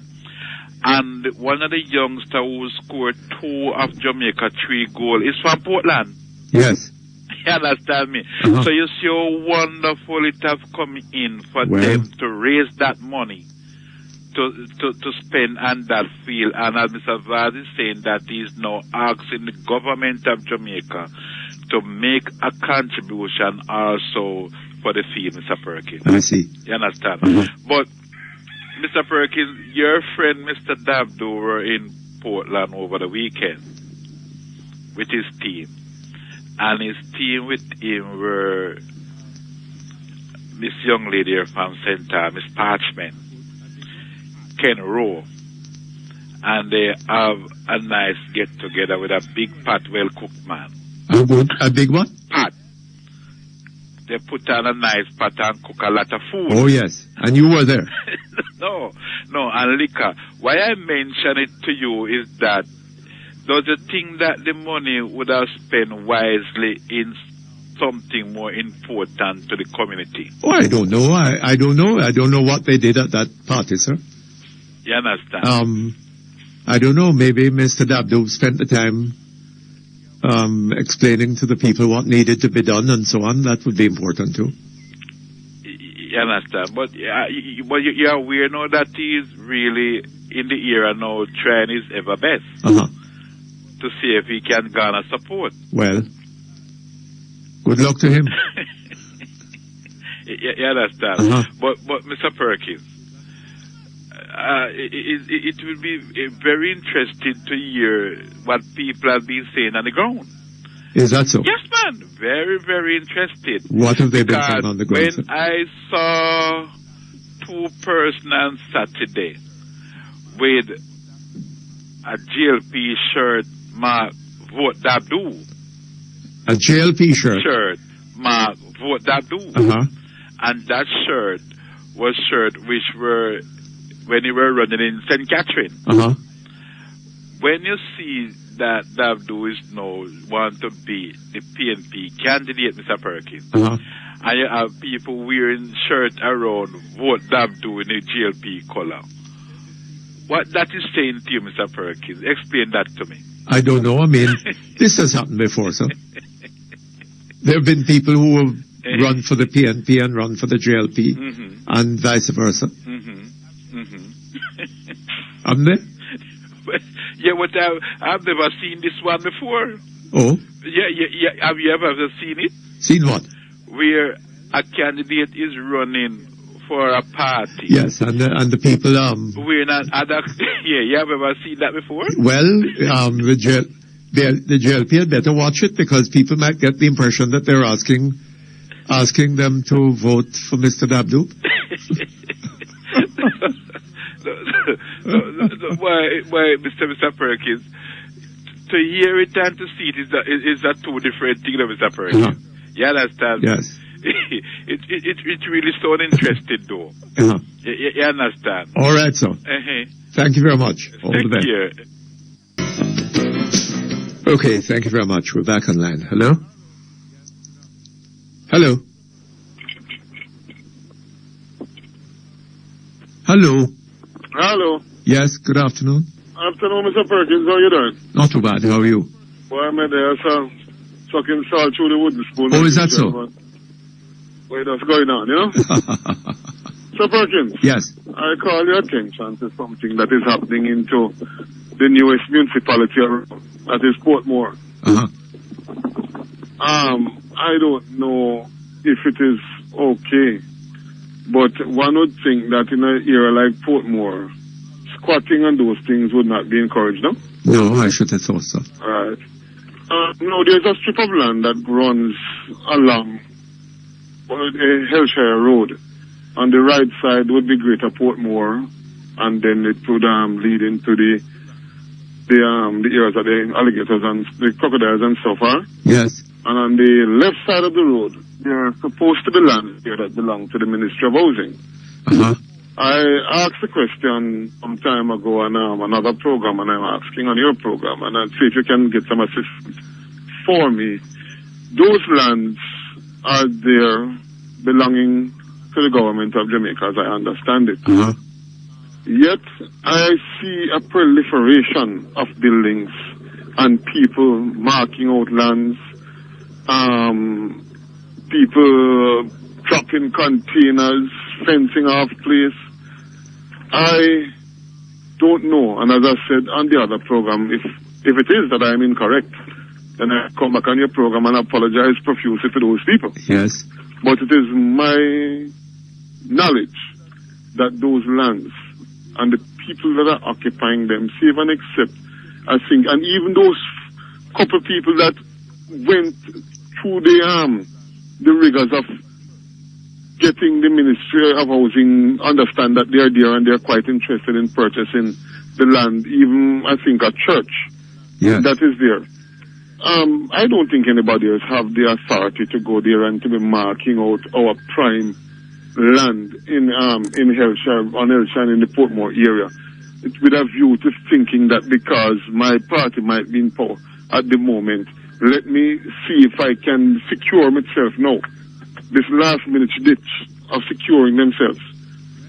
I want to know what's going on. I really and truly would like to know what is going on with those lands. Because sir. do you know that there is now a consultant that has been hired to do a development plan in Portmore? Is that so? Yes. In relation to what plans? Well, in relation to planning for the development of the city. This is something that I had called for years ago, quite a number of years back, but it's just being done. And, in all fairness, it's being done, although, some of the things I smile about because the gentleman who is the consultant happens to be Mr. Easton Douglas. Oh. Right? And I smile a little, but if the gentleman is qualified to do the development and we can get a proper development plan going, yes, I personally don't have too much of a difficulty with it, as long as I get value for the money that is to be expended. Which as the watchdog for that municipality, yes, I am going to be looking on very carefully and to see that we get value for money. But I need of you, beg of you, say you can get the mayor to come and explain this seminar, sir. Mm-hmm. Please. All right. Because this fucking thing.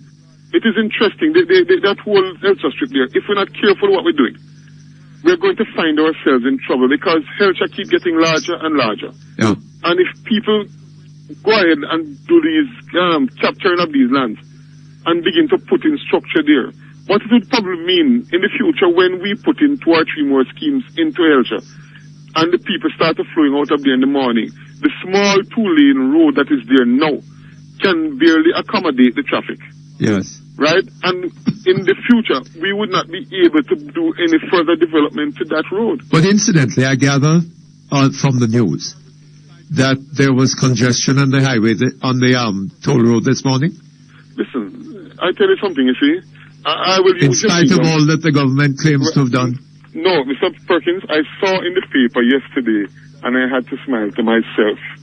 And I'm begging for those Portmore people that are listening. I think it was in the Sunday paper that one Mr. Kingsley Thomas yes will be giving a lecture, oh. I think on the 5th of March. Oh. And, the interesting what about? The toll road. Did we get it right? No. That's the subject of the lecture? Yes. Did we get it right? Yes. I see. No. I wonder, Portmore people. I wonder if we did. Mr. Perkins, let me tell you something, you see. That thing over there, called the Portmore leg of the toll road, is a piece of hold on and take away Portmore people money. That I am not, I wish that I could stand up and defend that, sir. Right? No, I can defend it because the government against that. The truth of the matter is that that road should not have been where it was in the first place. It should not have been there. It was not slated for there. Somebody came up with a grand idea and decided that, listen, if we put it right in the Portmore town centre, everybody has to pass through here, and so we force, those people to go elsewhere, and if they don't want to go elsewhere, they pay to come through here. I don't have a problem with a toll road in Portmore. Quite frankly, if you're going to build me a toll road and you build me a proper toll road with easy access out of the city, I'm happy. At present, what I see is a situation where the causeway was taken away, you are replaced with a toll road, you will now have to pay for inconvenience. Uh-huh. So you pay and go and park. Yes. Understand? So, I'm not interested in paying and parking to go anywhere. I'm interested in paying and getting out of the city quickly and easily. And the truth of the matter is, I don't know... Well, you are paying for inconvenience. Yes, that's what we pay for in Portmore, inconvenience. I follow you. Right? That is exactly what we pay for in there. Uh-huh. And quite frankly, since as the government, at the present day government has tied us into this thing, and they are doing all sorts of things with the toll road now, because they have applied for a rate increase. I noticed the good minister laugh there. Don't worry about Portmore, man. So obviously, the contract doesn't affect them in doing what they want to do politically with this road. Which minister are you talking about? Bobby Pickers. Oh. Well, you're lucky you don't have but you do have a bridge. Yeah, but, somebody sent me an email recently that read, Bobby told us to vote JLP. I don't know, somebody sent me that email. But listen to me. He told you to vote JLP? Yeah, TOLLED. Where was that? Somebody sent me an email. I see. He told us, TOLLED. Yes, to vote JLP. I follow you. Right. But Mr. Perkins, listen to me, no? If they can be holding off the increase and doing all of those things, it means then that the contract somewhere in there, as the man who is wanting to become the next mayor of Portmore, I am going to have to find the loopholes that they are now utilizing to say to them, give us back 5% of this toll money that you are collecting from Portmore people for development in Portmore. If the minister can do the things that he's doing now, because they say every 6 months, according to their contract, they should get an increase if the rate of exchange falls and inflation rate goes up and so on. And if that is so, and the minister can now tell us, don't worry about rate increase in Portmore right now, it means that somewhere in there the contract is so set up that the government can manipulate it. Right? But and you know, sir, if the government can manipulate it. I am glad I'm not living in Portmore, you know, nor own property there. Right? Because it would seem to me that the value of Portmore property is going to be plummeting at this moment. Well, according to the minister, it should be skyrocketing to the point where when he was giving that argument, my comment to him was, why don't you move over here? If you are thinking that the houses and development is coming to Portmore, well, I'll be happy to have the Minister of, Transport and Works living in Portmore so I can sell that to my residents and say, listen, man, the Minister of Transport and Works knows better than that, sir. Right? Right? Because they only come here on a Saturday and a Sunday in the middle of the day. He arrives up at the toll road and it comes with very little fanfare. And not telling Portmore people when they come in.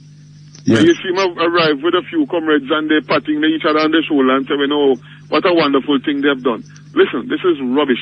And if we're going to be paying for 35 years, and as a matter of fact, pretty soon I'm going to be coming to you, Mr. Perkins, with some figures. Yes. Based on the current increases that they have given the vineyards and so on.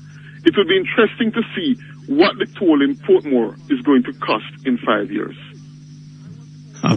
You know, can you imagine? Yes, every 6 months they can apply for an increase, no? Right. I want to know what in 5 years this toll is going to look like, because the truth of the matter, within 2 years, or less than 2 years, the vineyard tolls move from $50 and I think $70 to $230. In less than 2 years, because if you're going through there with an SUV, it's $230, and if you're going through there with a motor car, it's $180. This is the one that comes out. The one out at Vineyards. And they started out there, I think, $50 and $70. Right? Yes. And in short space of time, the thing jumped up, and it didn't jump up by 10 or 15%. It jumped up to some serious amount of money. Because, I mean, if I'm going to the country, Mr. Perkins, and I have $1,000 in my pocket, I have to find my way through Old Harbour, because I can't give up $460 out of my $1,000. Yes. So where I get money from to buy a piece of yam and drink a bottle of water when I go up Melrose Hill. You know? Yes. So and that's a reality, because a lot of people nowadays are faced with harsh economic climate. And so if it is that the government can be withholding the increase from the Portmore people now, it means that there must be some leverage that the government has in doing that. So therefore, as I would say to these people, if you're going to be sitting and looking in my face for 35 years, I would like at least 5% of your daily intake to be pumped into a development fund into Portmore, so that we can use that, and that it should help them, because then we would have smooth roads, so we could get to their toll road much faster. We could have curb walls in Portmore, so that the roads don't have jagged edge as they have all over Portmore. We could maintain our parks out of that fund. So when the fund come into the mayor don't have to be squabbling and looking where we're going to get some additional funds to do clean drains and so on, because that's 5%, which is going to be a sizable sum, I can tell you. Yeah. Right? Because based on the estimations that they're collecting at the moment now, you know, if you notice each time you see them, the smile is getting broader and broader. Yes. Right? Because people are being forced to go through that road, and the amount of people that are paying their money to go and park in the mornings, it's absolutely amazing. right? You are paying for total inconvenience. You pay your money for inconvenience. Mr. Perkins, I don't know. And incidentally, a resident called me, Mr. Perkins. Hello? Hold on just a moment for me, please.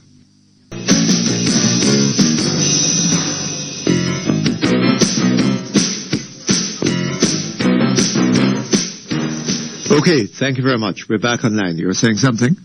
Yes, Mr. Perkins. A resident called me from the community of Elsha Heights, just to give me a report that, and I'm asking the Water Commission to look at it because it seemed that the sewage is malfunctioning in that area and overflowing on an area near the Elsha Beach. Uh-huh. So I beg up them to look at those issues. And incidentally, in the news this morning, in the Observer, uh-huh, on page 4, I hear my good mayor saying that the beautification project's likely to miss the deadline for the World Cup 2000. Uh-huh. I don't know. I think these guys are jokers. This thing we have been expecting World Cup now for what? 2-3 years at least? Yes, I think so. So why is it that we are waiting to this last minute and this bunch of cash program things running out there and I don't know, sir. Painting trees and, things digging out in the middle of Mandela Highway that should have been maintained all the time. And, yes. These things But I'll tell you something. Have you seen these church people out beautifying the city? Yes, I've seen some of them. Eh? I've seen some of them. You've seen some of them? Well, I've seen persons, and I'm not sure that they are in fact church people, because I did hear that some 10,000 Christians would join hands with the government in beautifying the city. Uh-huh. Which, But I hear that St. William Grand Park, yes, is still in a foul condition. I hear the odor of it is quite horrible. Mr. Perkins, it is, I don't know. I'm not going to make any lamblast on them, because Cricket World Cup will do for the government whatever it will do. If it is going to be an embarrassment, it's going to be a major embarrassment. If it is going to give them a big boost, well, they might get a big boost out of it, but I rather doubt that. Uh-huh. Because, you see, what we have here is just putting a plaster over the sore. And if anybody would be, curious enough, and a lot of these persons who will come here are very curious. They want to see Jamaica, and if they ease up the plaster, they're going to be running into a sore with maggots and stuff jumping out of it. Oh, yes. The St. William Grand Park. It might be worse. The areas around Sabina Park, I mean, yes, you fix up the Sabina, but suppose a man decides to walk off into Almontown one of these years, and you see the degradation that has been going on there now for the past how many years, yes, that have not done anything about it. And some of these areas have, in fact, government members who are the members of parliament for these areas. If they walk off and decide to go visit the Prime Minister's constituency, which a curious person might want to do, I sincerely hope they don't get any such ideas in their head, because that might be to their detriment. But, could. This thing about Cricket World Cup and people expected to come here and so on, I don't know if we expected us get the cameras into the Trelawney Greenfield Stadium or into the Sabina Park and keep it there, right? Even a regular cricket match, the cameramen usually rove with the cameras and show you different areas. Yes. And we are not just looking at a West Indies cricket team coming here to play. We are looking at a World Cup. Uh-huh. This is not Mr. Perkins an era that we are going to say, well, boy, we're going to just showcase Sabina Park or the Green Stadium, right? Uh-huh. We are going to be showcasing Jamaica. And Portmore is adjacent to Kingston and St. Andrew.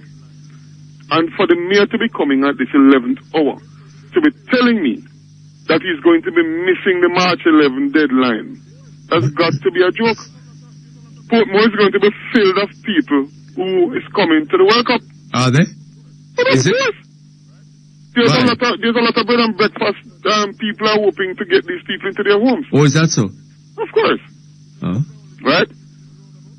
They're going to be walking up and down, so the mayor said he's going to get the roundabouts and thing ready. So what? The visitors are only going to be visiting the roundabouts? You know, we have got to get our priorities in order, you know.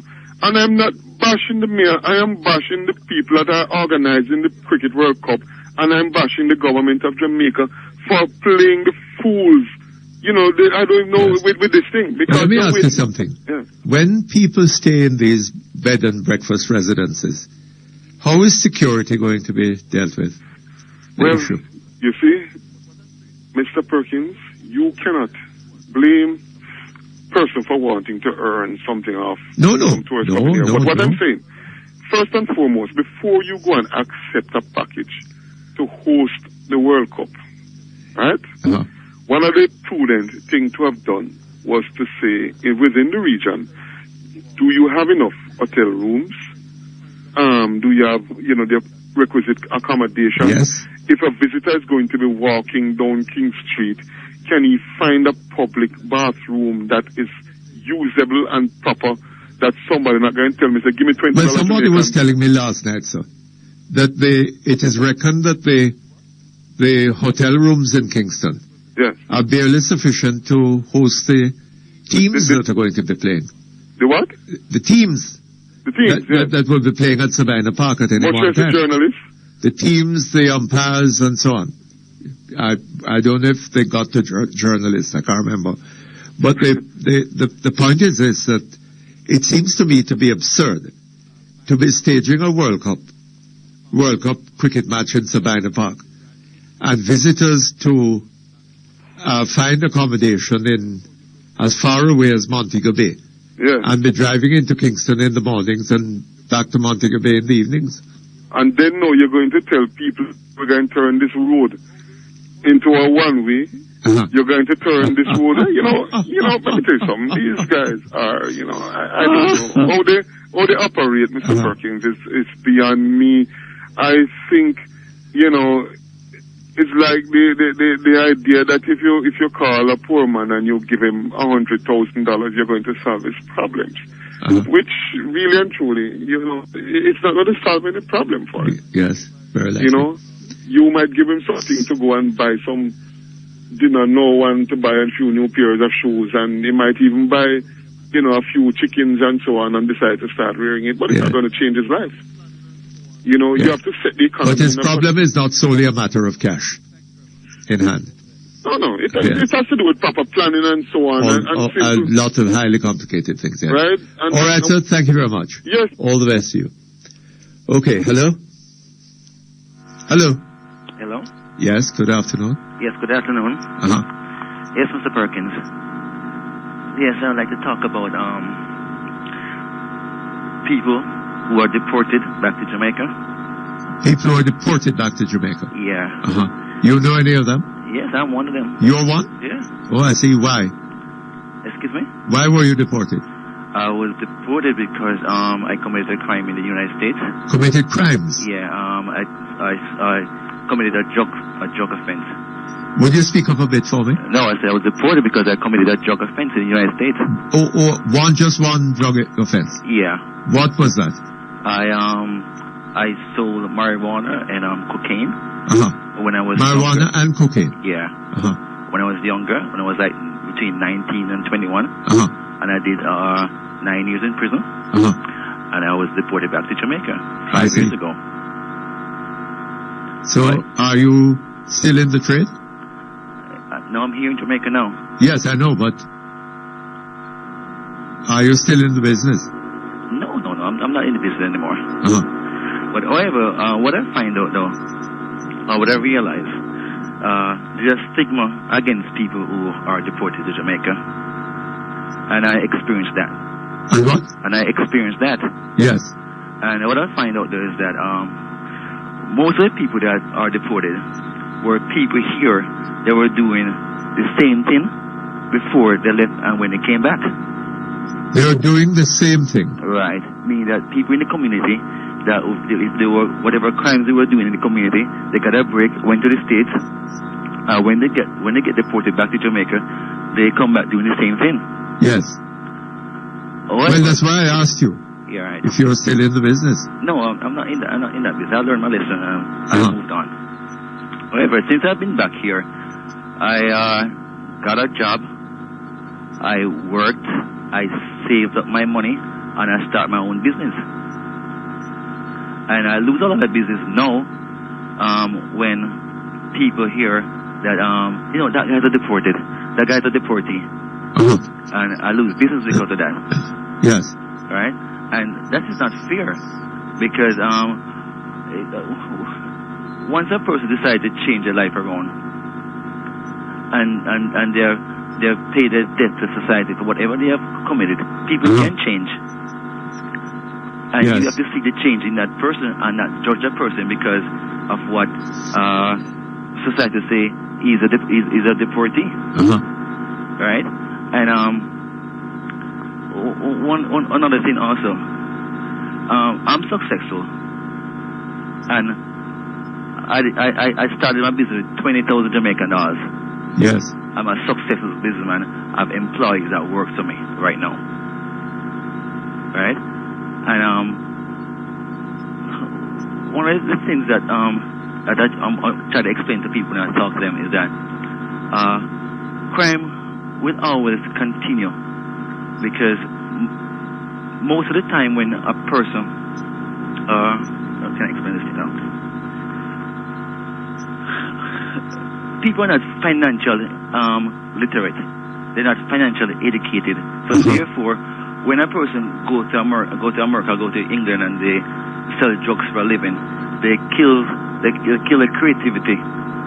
They're not creative anymore outside of that era. Meaning that they can't do anything else.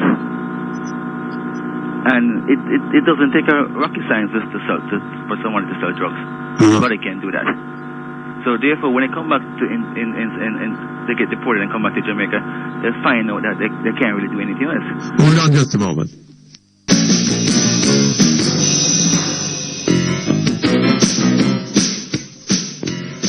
Okay, thank you very much. We're back online. Hello?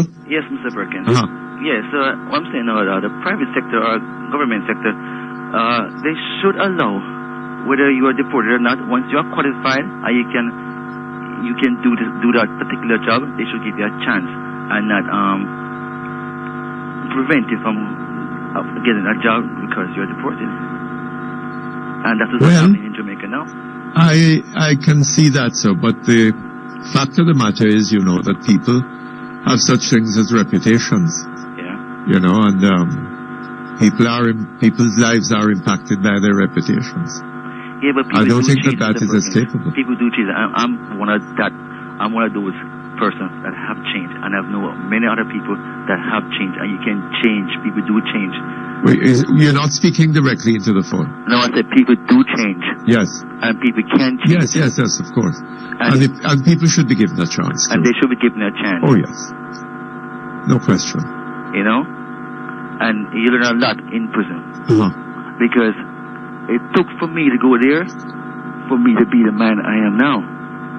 Yes. And I learned a lot while I was there. Like what? Like what? I learned how to love people. I learned how to love people. Oh, yes? Yeah. I learned finance while I was in prison. Finance? Yeah. You mean they taught that there? I learned finance. How come? How comes? Because I had the time to sit down and study. Oh. I learned the difference between... You mean you had a library? You had a library? Yeah, there's a big library inside there. You can sit and read all day long. Are you serious? Yeah. Which prison was this? This is a federal prison in the United States.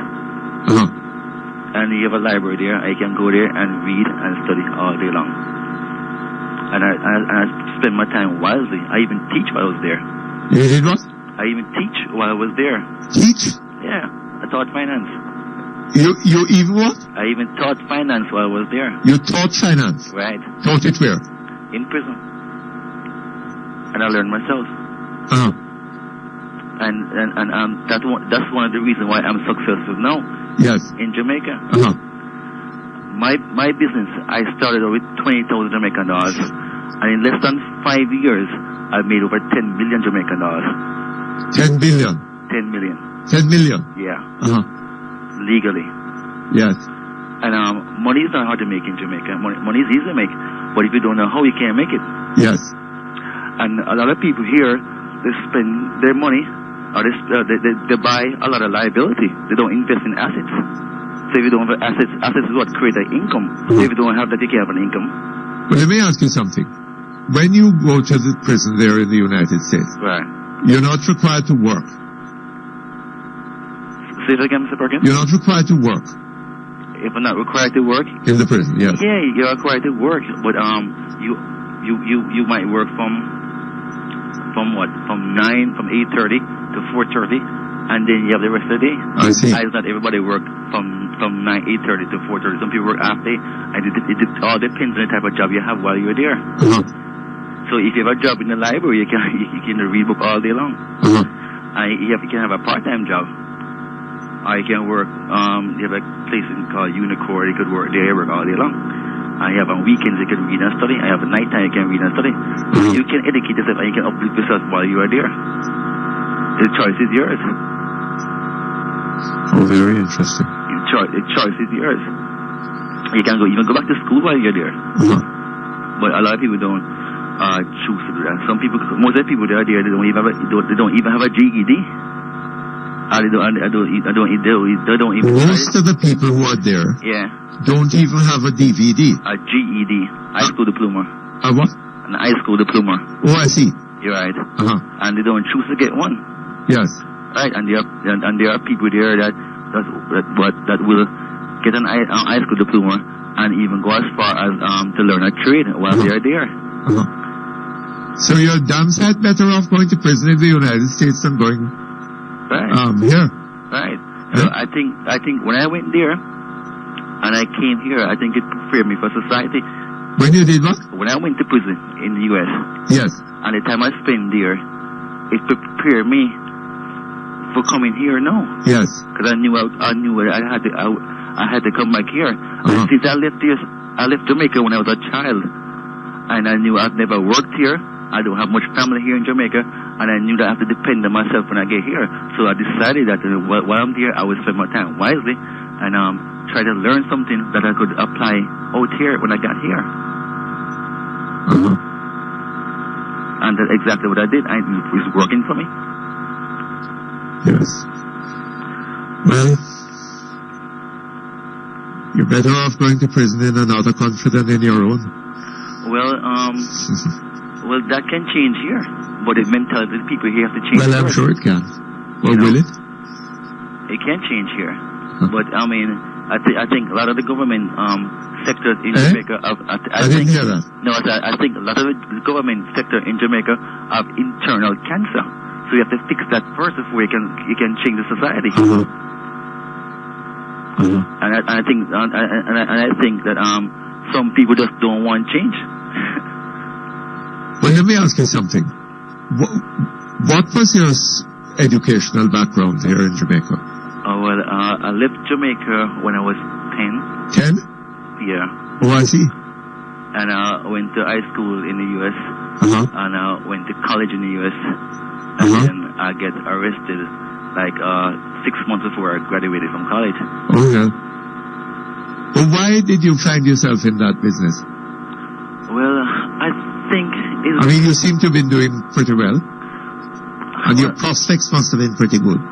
I think it's the choice of friends that chose. I think it's a choice of friends that chose while I was in college. Yes. Got me involved into that business. And it was not a business where I had to physically do anything. I just used my head. Where if I knew somebody who was a trailer, and a trailer is leaving from Florida to New York, and I know somebody who wants to get something from Florida to New York, I make the arrangement. Oh, I see. You understand? So anyway, I paid and I learned my lesson, and it cost me 10 years of my life. I lose my family. I can't see my children, my daughter, my son. I can't see my dad or my mom. No one. I mean, I'm just here. But I mean, life still goes on. You know. And sometimes that really hurts, but this is part of life. Yes, man. And one more thing also.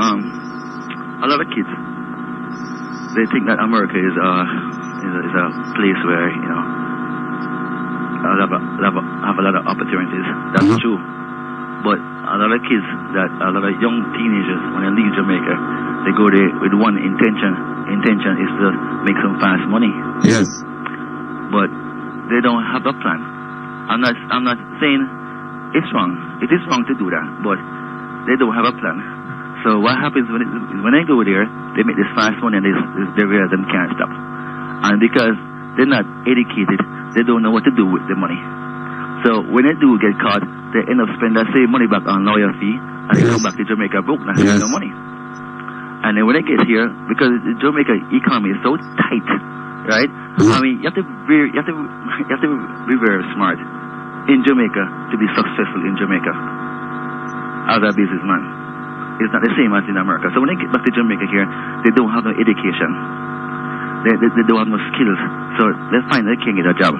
So they try to find a way out to leave Jamaica to go back to another country, or to go back to the same U.S. They go back to the U.S., they get caught. They get a re-entry charge. They get 5 or 10 more years added on to that time. Then they get deported back to Jamaica again. And then at that time, they're really stuck. And then they here, and there's nothing to do. And then that's where the problem occurs. Yes. Anyway, so don't give up. No, man. I'm not giving up, man. I'm okay. I'm all right. And I wish that you know, people would think different about at least give them a chance. Tell me something. Yeah. Tell me something. There's a story in the papers this morning. Yeah. Where it is being advocated that persons should be allowed to use ganja in the prisons as a means of, I suppose, tranquilizing them. Do you have any experience or anything like that in the United States? Well, I don't think they should be allowed to use ganja in the prison. But however, if you want marijuana, is there available to you? Where? In the prison. You mean illicitly? Right. But I don't think it should be legally allowed. And there's no process of tranquilizing you. They have other methods, but not using marijuana. What methods? They have example. If you're a trouble inmate and you're in the prison, they can give you Tarzine. They can give you all different kind of medications to calm you down, and they really slow you down. But this is when you are showing symptoms of misbehave. Right, misconduct. Right. Well, or emotional disturbance. Right. And they have stress depressant medications that they can give to you. Yes. There and to really calm you down. But they use marijuana something as being a legal substance in the an illegal substance. No, I don't think that. I don't think that should be possible. All right. Thank you very much. It was nice talking to you. All the best to you. Yeah. Okay.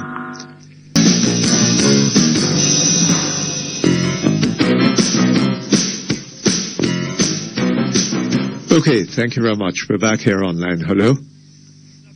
Hello? Hello? Brother Mutty. Yes, sir. Good afternoon to you. Greetings and peace profound. Positive vibrations, positive solutions. The trumpet has sounded. My countrymen all. Awake from your slumber. And answer the call. The torch has been lighted. The dawn is at hand. Who joins in the fight? For his own native land. Land of my birth. I pledge to thee. Loyal and faithful true to thee. I listened to that gentleman. Before I move on to my major subject. Yes. I listened to that gentleman pertaining to marijuana and drugs. The difference between the marijuana and rum, of course. When you take rum, you digest it and it passes through the system. But marijuana remains. in the system. It goes to the cerebellum, and it really deforms the human being. It does? Yes, so it's not something that one should be encouraged to take. Well, I'm not encouraging anybody to do it. No. Brother Mutty, reparation. Yes. It's a subject long overdue. Long overdue? Yes, to be discussed, of course. And both sides of the house, they have discussed reparation and listened to Mr. Sama and also with Mr. Henry. And I think the time has now come when the people should be really made aware of what this reparation is. Because as a young man, you do too, when you think of the mid-passage triangle, there are three subjects that really lingers in my mind. The mid-passage triangle and the demographic triangle during slavery. You know, when they transport our men, our African brothers across the Atlantic, it is said that by great specialists that no other human being could have survived in the hull of those ships. Mark you, when you discuss reparation, it must be without rancor or bitterness. Now is not the time to hate or bitter, but to demand your rightful share of the whole scenario. When our men were placed in the hull of the ship, that is the mid-passage triangle, of course, they were there, and it is said by great scientists that no other human being could have survived that but the black man. And no, listen. A lot of some of our African brothers, they were not just ordinary workers, some were trade men, you know. Yeah. So much skilled trade men, because when you look at these great houses that were built, they were built by some of these African trade men. And above all, the hurtful part about it is that our women was left on board, and you know, the sailors have a really fling time at them, enjoy themselves, and some of them got pregnant, etc., and produced mulattoes. Well, we came on, you know, the dispersing center for we was right by parish church there. That's where all the slaves came. A lot of them, you know, you have the Ashanti and the Zulu, but we, the Jamaicans, a lot of the Jamaicans, they are the Ashanti. They couldn't be orientated.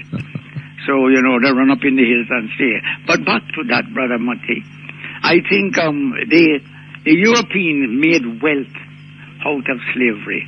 How much wealth? Well, a lot, because the work on the plantations, it took them to America, the cotton field, the corn field, made America wealthy, made England wealthy, etc. And therefore, I think... Hold on, sir. Let me ask you something. Yeah? The slaves in Jamaica were largely concerned with the production of sugar. Sugarcane. Sugar was which was on high demand in Europe. The main commercial crop. Yes. Yeah. Right. There was demand for sugar. Yes. Well, first of all, there were supplies of sugar in Europe. They had beet sugar and but it was far inferior to our sugar. It was? It was far inferior to our sugar, because an industrialist told me, you know, when I suppose you were in the Royal Air Force. Who? You. Have you been in the Royal Air Force? Have I been? Yeah. No, sir. Why? Eh? Why? I mean, why? I thought you were in the Air Force, you know. No, why? You thought so? Yes. I wonder why. Yes, because we were told that our sugar, our cane sugar, were far superior to the beet, because they use tons of beet where you could just use a few pounds of our cane sugar. So therefore, So therefore, we had also produced cane through slavery, and the British and the Spaniards, etc. They made a lot of money through yes, but when you consider what was going on in Europe at the same time, yes, fine. I mean, sugar went to Europe, yes, and had to be paid for. Sugar and rum and molasses. Yes, but the people in Europe, in Britain, for example, when the sugar was imported into Britain, the British people there had to pay for it to the planters out here. Yes. Am I right? Yes. Okay. So that that value didn't remain in Britain. Yes, yes. It came here. But Am I right? Yes. Huh? Yes. Yes. No, but you see, So- what I'm But really... hold on. How is the development that occurred in Europe to be explained by Caribbean sugar? And you know that eventually Caribbean sugar became so expensive relative to what was available from other countries that was one of the things that led to the pressure by the industrialists who were coming into stride. That resulted in the abolition of slavery. But Am I right? on the other hand, Am I right? well, to some extent you are. Yeah. Well, I don't But understand. then again, what matters most is that reparation is a feasible exercise among a people who have been deprived of their independence over generation and generation to come. But then again, when you think, all right, let us move back to the demographic triangle. Yes. As you know, during slavery, demographic triangle, at the end of the apex, you have the slave master, and in the middle, you have the mulattoes, or the so-called, because a lot of these, then at the broad base, you have the mass African worker, which are deprived of all opportunities. Because a lot of these slave masters did not bring their wives out here. And when they so feel as if they want a mate, they would go down to the plantation and get some of the pretty girl into the big house. And then they cohabit. And if there is a boy, that boy is sent to England. And when he returns, he abides in the middle. You call it the demographic triangle. That is the ruling group. He is in the middle of that triangle and controls slaves. But what matters most that even then, after the so-called abolishment of slavery, they still maintain that prejudice against slaves. Because you know, the brother Mutty, even in our little Jamaica, did you know that there was a time when no black boy or black girl could get a job down King Street? True or false? I don't. When was that, sir? Well, you remember to get the a last job down King Street? Yes. You remember the last demonstration down King Street by one of your associates from UA, and the first black girl to be employed at Bank of Nova Scotia. I went down in the morning. Yes. I saw the girl. She had her soul here. A beauty. I knew her, sir. You know that. I knew her. But that is the legacy still of slavery. But that wasn't general, sir. Yeah. The other people had jobs on King Street. No. But you know they wouldn't. This happened in the banking system. But Amoti, you know they wouldn't employ them. You have to be brown for them to employ you down King Street. Let's face it. But that is still the legacy of slavery. You remember Marcus Garvey? Uh-huh. When Marcus Garvey went to the United States in the 20s, and Marcus Garvey went to Harlem, the slave owners, they had big signs put up. When you're white, you're right. When you're brown, you stick around. And when you're black, you stick to the black. And the only people, God help them, that kept their doors slightly ajar was the Jews. When my grandfather said, of course, they pay you very cheap, but they would... But you know, sir? Yeah. You mentioned the Jews. One of the things that we need to do in this country is to study Jewish history now. Yes. Right? Yeah. Because the Jews were for centuries a persecuted people. Yes. Right? Yes. And you know how they eventually came to, at the beginning, to control the financial systems of Europe. Right. Especially in... You know why? Yes. Why? Because they were well organized. No, well, it's not just that. No, because they saw an opportunity. Yeah. And they grasped it. Mm-hmm. Right? Yeah. In the early years of capitalism, there was a need for credit. right? The capitalist system needed credit in order to function. And the Christian church, to lend money at interest was sinful, right? So Christians couldn't form the banks, right? So the persecuted Jews saw this as an opportunity for themselves, and they jumped in to supply the credit to the capitalist system that it needed, right? Yes. And that and eventually came to control the banking systems. Right. Now, black people need to take an attitude like that, right? Stop worrying about, I mean, if the Jews had sat down and sort of, absorbed their whole attention with concern about what had been done to them. You read that part you read this, Shakespeare's Merchant of Venice. Yes. Where these people come to Shylock wanting money to borrow from him, right? Well, and he said to them, "But I don't understand you people. What did You spit on me and call me dog, yeah. and now you come wanting money to borrow? All right, fine. You can get the money, but this is the price of it, right?" But Mutty, when a black people going to take that attitude? Hold on just a moment.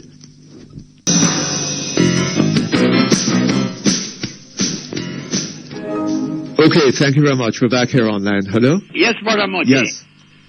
Are you hearing me? Yes, I'm hearing you. I am basing my case on this subject that just as though Hitler sent at least 8 million innocent, industrious Jews to the gas chamber. And just as though they were given reparation, they were paid for honorably. They were given reparation? Yeah. The ones who went to the gas chamber? Yeah. Huh? The ones who went to the gas chamber? The Jews that Hitler have sent to the gas chamber. Yes, but hold on a moment. Hold on a moment. Over 6 million. Hold on.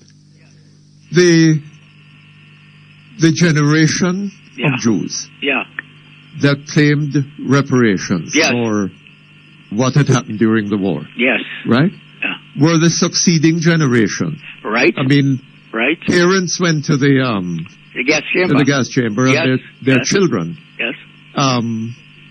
claimed reparations. Right. We're not talking about a similar case here. We're talking about a case where parents were slaves. Yes. I mean, not parents, but ancestors were slaves, right? Yes. The latest ones of them over 160 years ago. But there's a little difference between the gas chamber and in the plantation. No. There is what?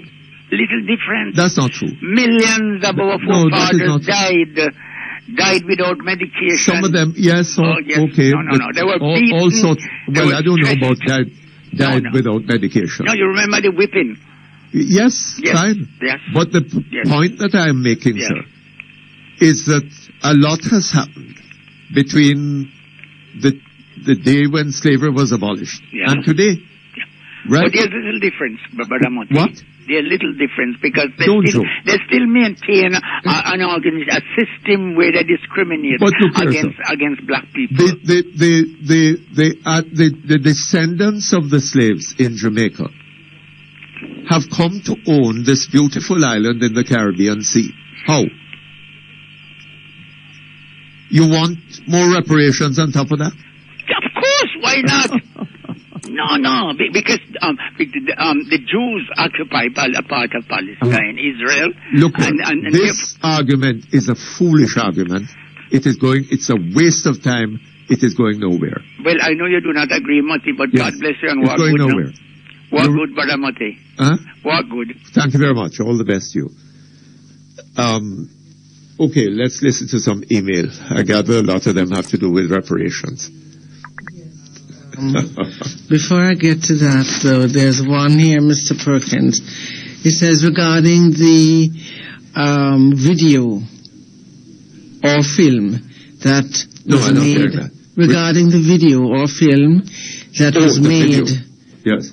Made by CPTC about Mr. Patterson. Most Honourable Mr. P.J. Patterson, former Prime Minister of Jamaica, I ask the following questions. Why, if it was felt by the PNP or friends of the PNP or by the CPCT itself, who might have made the program on his own behalf, or having been paid by either of the parties named above, why wasn't such accolades heaped on other former prime ministers? Mr. Michael Manley, for instance, who retains the title as being the most wonderful and best prime minister this country has ever seen. Oh, indeed, as I have often been told by young people, he freed Jamaica from slavery. Oh,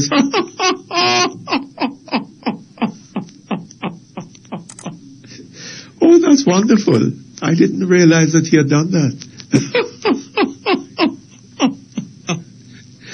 Anyway, to come back to Mr. Patterson's film, you know, I have what seems to me an interesting take on it.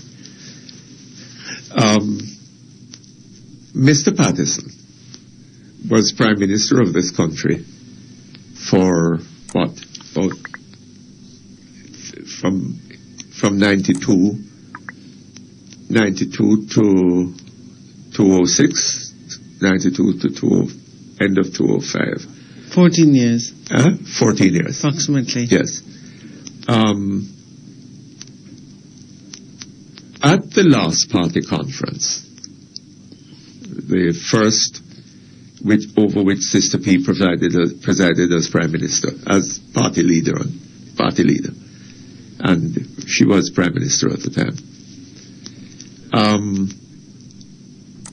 Mr. Patterson made a statement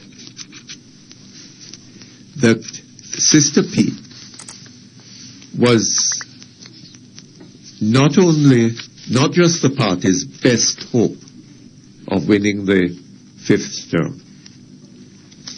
She was its only hope. Its only hope. From which I draw the inference that in Mr. Patterson's view,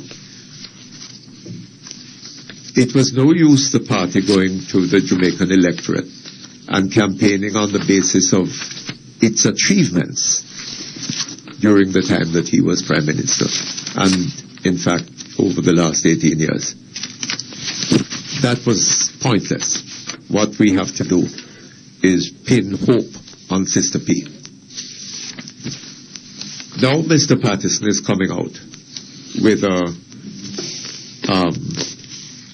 film on his own achievements, or his achievements as Prime Minister, and the achievements, I suppose, of the party under his leadership. That is what this film is about, and we are told it is going to be played in schools. I take it is going to be used in the party's campaign. Right? Now, what does this imply, if not a reversal of the position that Mr. Patterson took at the party conference? Sister P is no longer capable of sustaining the party's hope for a 5th term. So Mr. Patterson is substituting a film on his own his achievements while Prime Minister, and the party's achievements during that time. Now, isn't this telling you that in Mr. Patterson's judgment, Sister P has been a flop? Is that what it means? So it seems to me.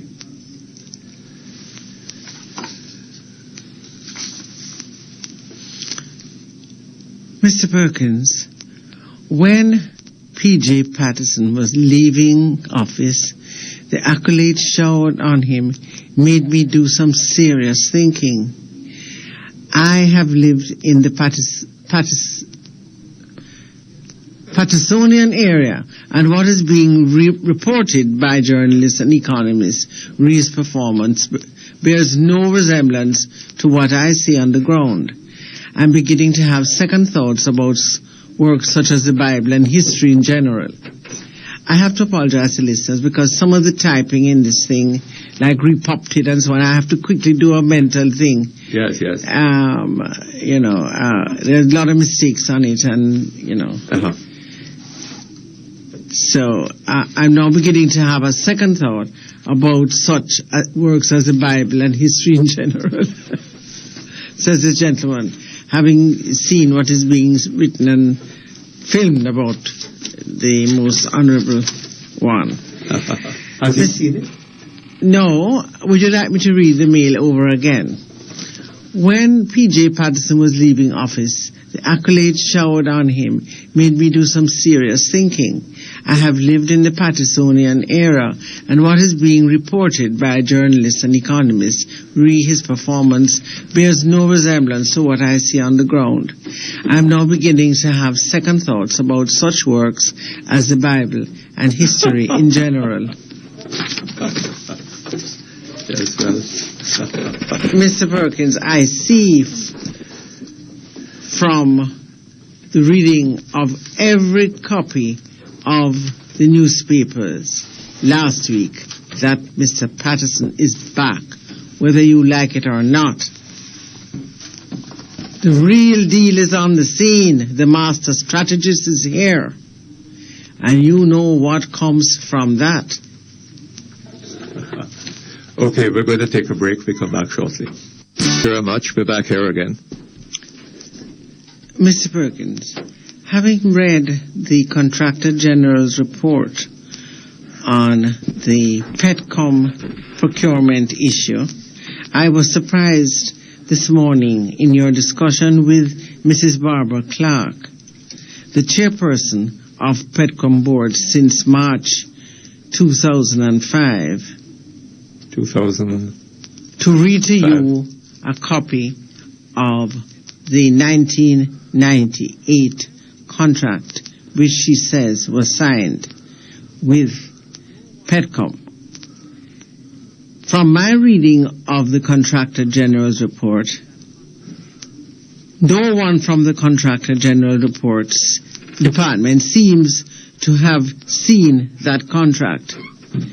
I heard Miss Clark say on Nationwide program last Friday afternoon that she has mislaid or lost her copy of the contract and that Petcom has not found a copy of it either, but we're still looking. Mr. Perkins, I hope that I can use your program to ask Ms. Clark to present such a copy of such a contract.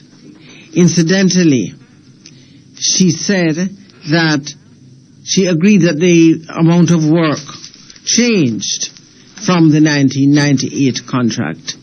As I understand contracts, first of all, I agree with you that a contract cannot be valid if it has no closing date.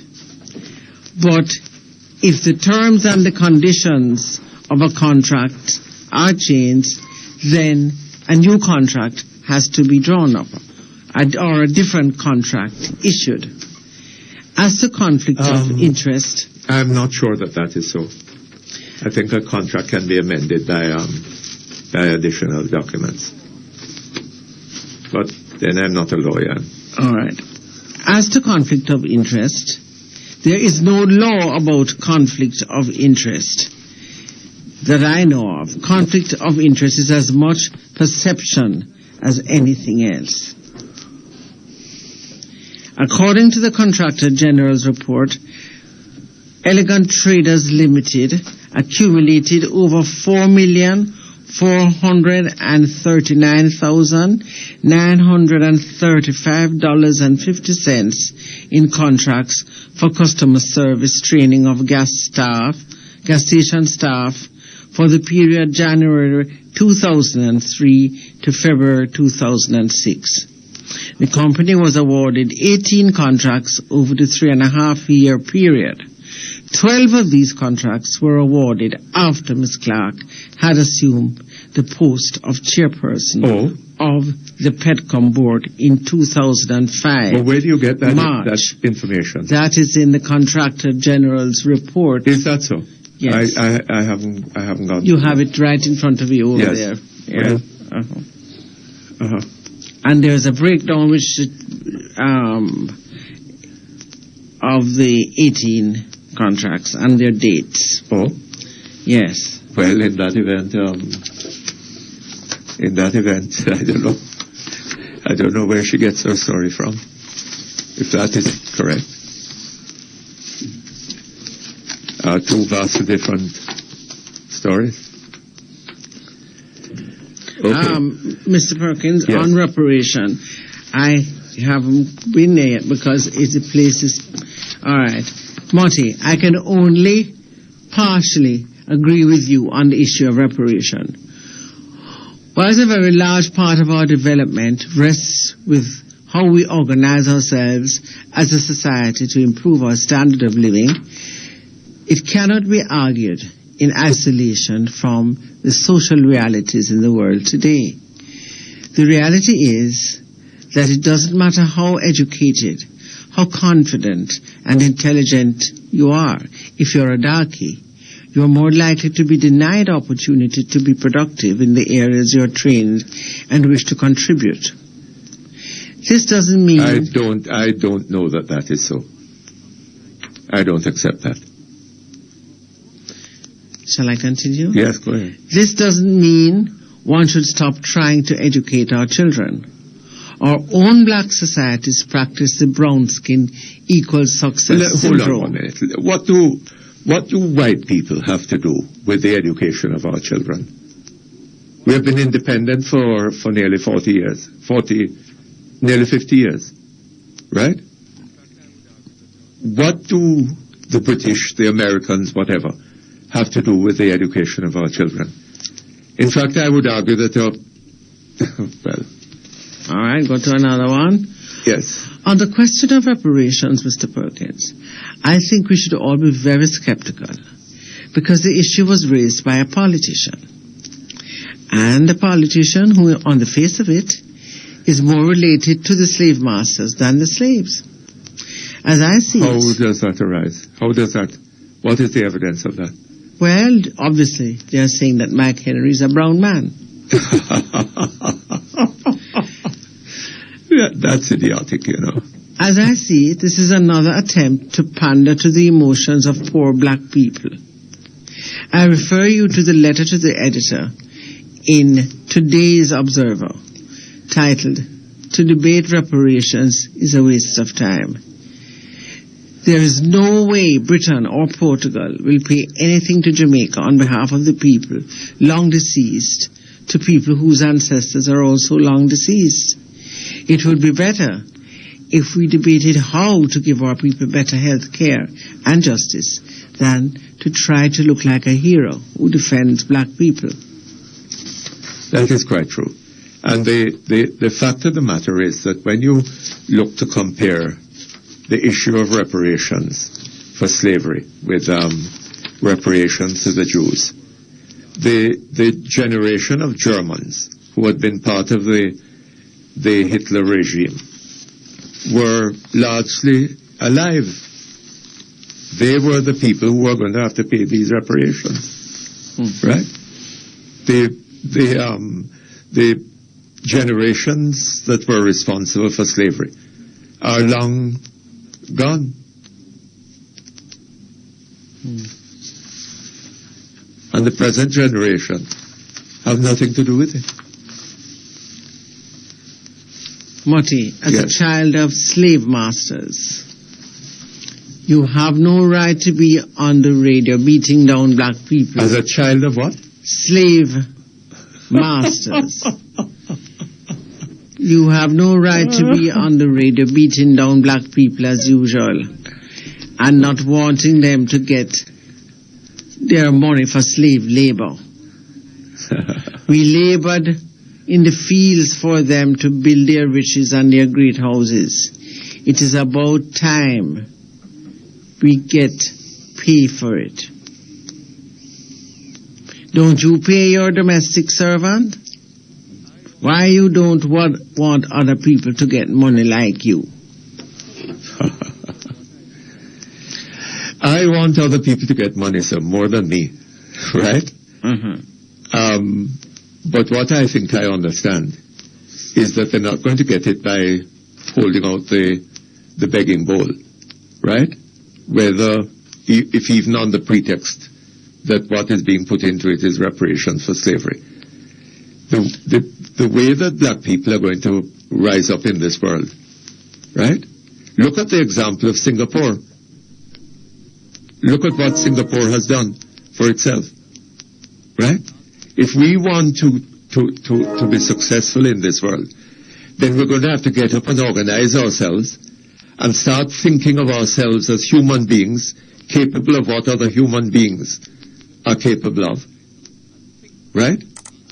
And stop looking for some free money, right? We're going to have to get up and think and organize ourselves and work hard, right? And be creative. Marty, this ridiculous argument about reparations that have been brought back on the table is getting us nowhere fast. We continue to sit down with our caps on our knees, looking for the next passerby to stretch it out to, instead of getting up, thinking, making choices in our own best interests. Absolutely. I guarantee you, God forbid, that if we ever got reparations, which some people are clamoring for, that it will end up in the pockets of the same few people who are still arguing about it. And the poor people will never see nor taste the effect of 1 cent of it. The fact of the matter is, we have become so contemptuous of ourselves that the only thing we can think of is to beg, borrow, seek remittance from overseas instead of trying to create wealth in our own country. Absolutely. We need to start thinking and get the begging mentality out of our heads. That's the only way that we can get anything out of the current situation. And we need to develop some self-esteem. We can get by without begging. Re-reparation and Jamaica. This morning, I heard you ask a question that was a valid one. Why is this not reparation being discussed in other Caribbean countries? My take on all of this discussion, Mr. Perkins, is that we in Jamaica do have a huge problem. When one is desperate, experience has shown that the solutions sought are usually desperate. We are a desperate people in need of good leadership. Mr. Mike Henry had a bad dream which he should have kept to himself. I do hope Mr. Goulding and others with him will not follow. My wish is that Mr. Goulding will stay clear of this discussion. Okay. I think that is a good idea. I hope Mr. Goulding is listening. Okay, we'll leave you now for Business Online. Business Online, yes. We'll be back here in a few minutes.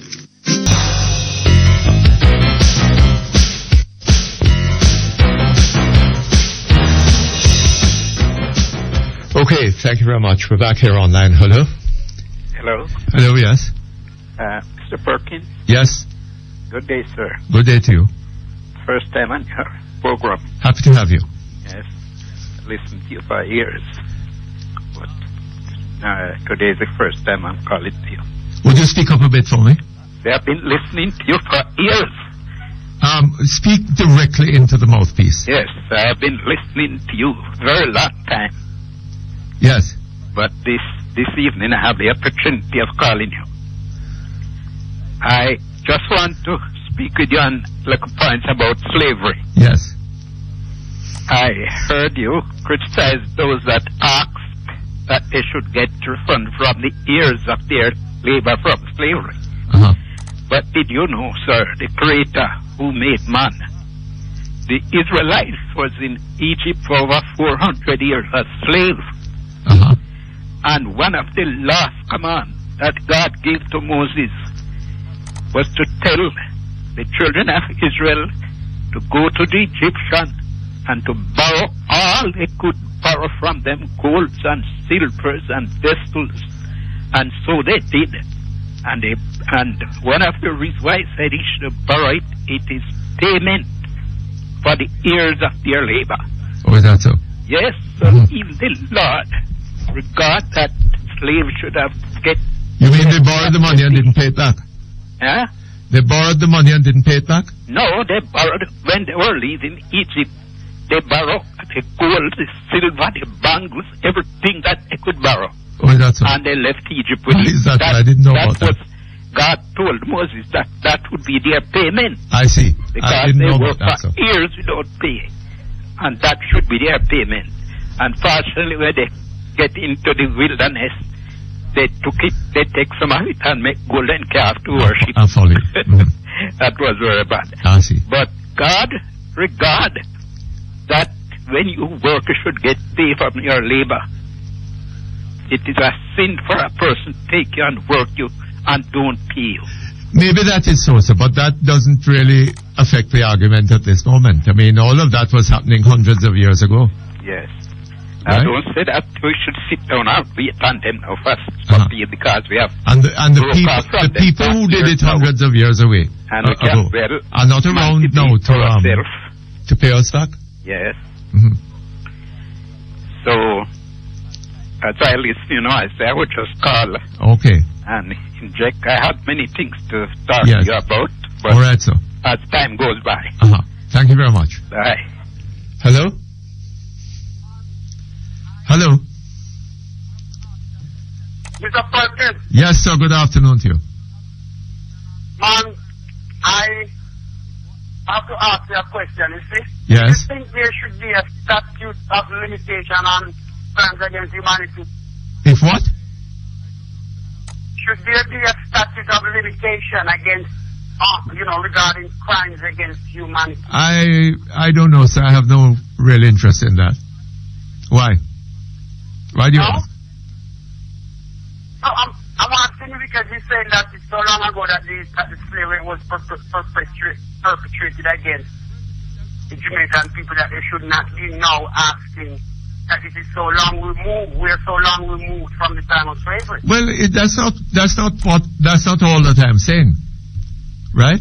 I'm saying that, you ever heard the expression, out of evil cometh good? Yes. You believe that it is possible for that to happen? That is what happened to us as an offspring of slave owners and slaves. Well, I'm saying that that those of us who are descendants of the slaves, had it not been for slavery, we would probably not have existed, because most of us we are mixed up people, right? We're not Ashanti or Yoruba or Igbo or whatever, right? And in addition to that, we also have European genes and Indian genes and Chinese genes and all that. And I'm saying that scenario, that flow, could not have occurred without slavery, right? Hold on just a moment.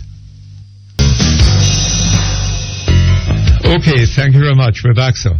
And I'm saying that by our very existence, we have benefited from slavery.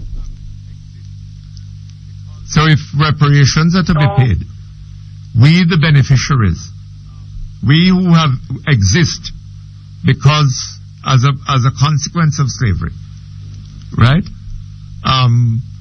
Then you have out your checkbook. You're ready to pay your part of the reparations. No, well, I'll tell you something, I'm a cross between Africans and Jews, And what? I am come across between Africans and Jews.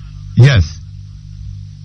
Yes. So I don't know how the reparation part, I know that some part of my ancestry, they have gotten a lot of reparations from the Europeans. Uh-huh. Well, I don't know, but and in addition to that, sir, how do we come to, ask yourself, how do we come to own this island? Eh? You don't think that could be considered part of the payment, or a large part of the payment for the horrors that our ancestors endured? But are you saying that the pure white people that own the land in Jamaica just left it, bequeathed it to the black people of Jamaica when they went after independence? Then who owned it, sir? Is that the way ownership is? Hold on a little bit. I didn't know that ownership was transferred. Huh? Hold on a little bit. Who was it that came and took Jamaica away from the Spaniards in 1655?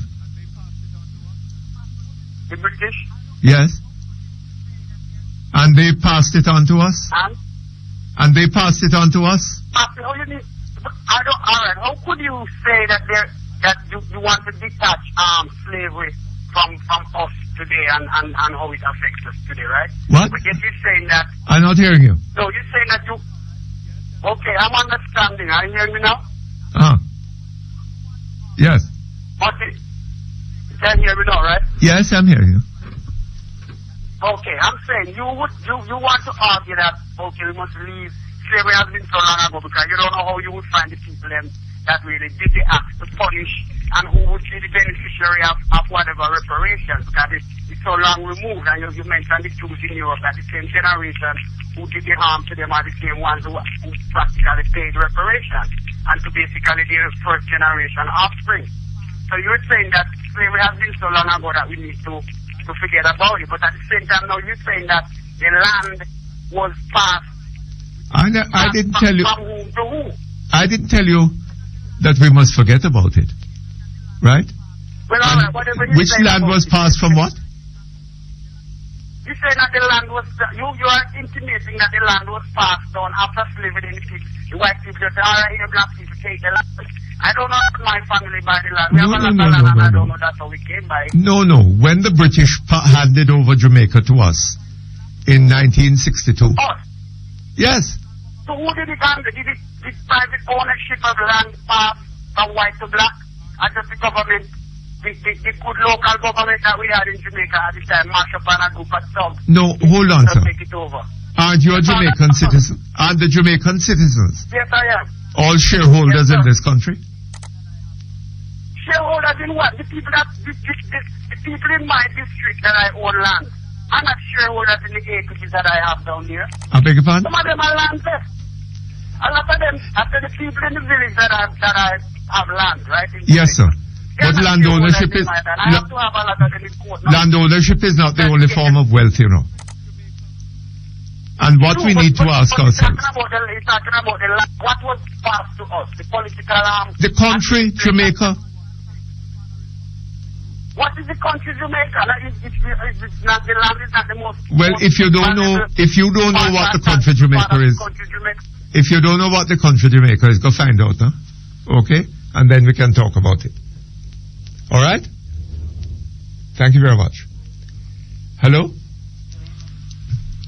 Hello. Hello. Yes. Good afternoon to you. Yes. Good afternoon, Mr. Perkins. I have a very pressing problem, sir. I hope you can help me. Okay, let's hear it.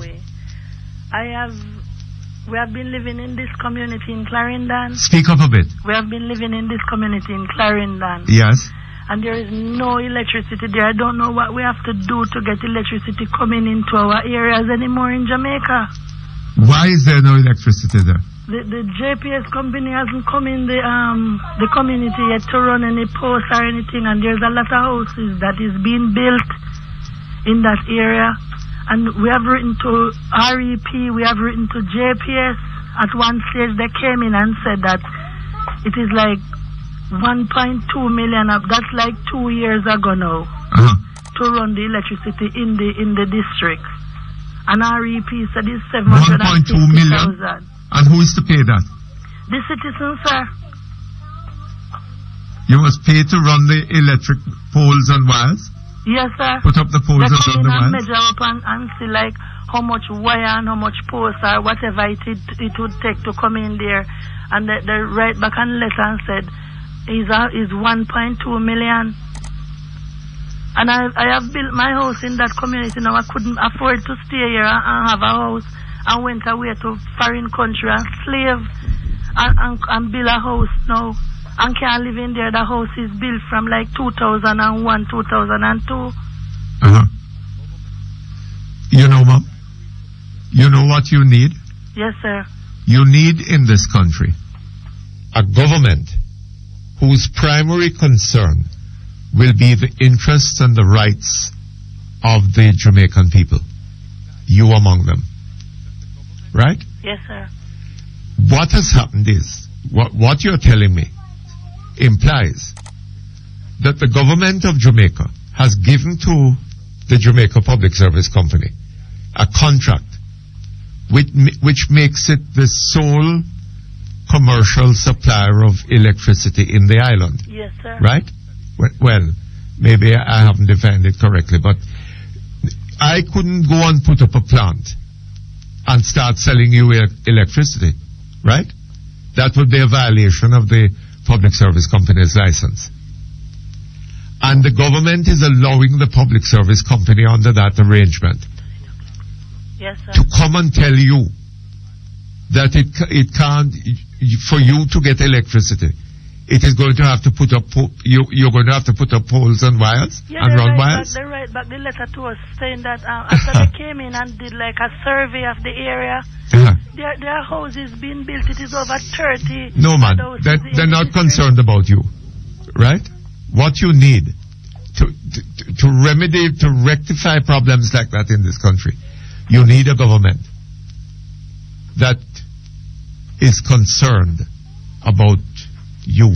Yes, sir. And your entitlements, right? And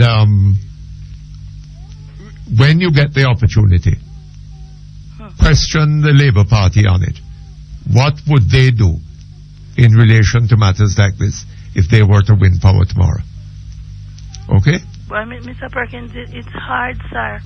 It's hard because after they come in and do the survey now, you're thinking that they soon run the electricity in. They write you a letter say it will cost 1.2 million to come in with electricity. Yes. And then after that now you're going to have to be paying your light bill every month, sir. Not the same one, Mr. Perkins. Yes.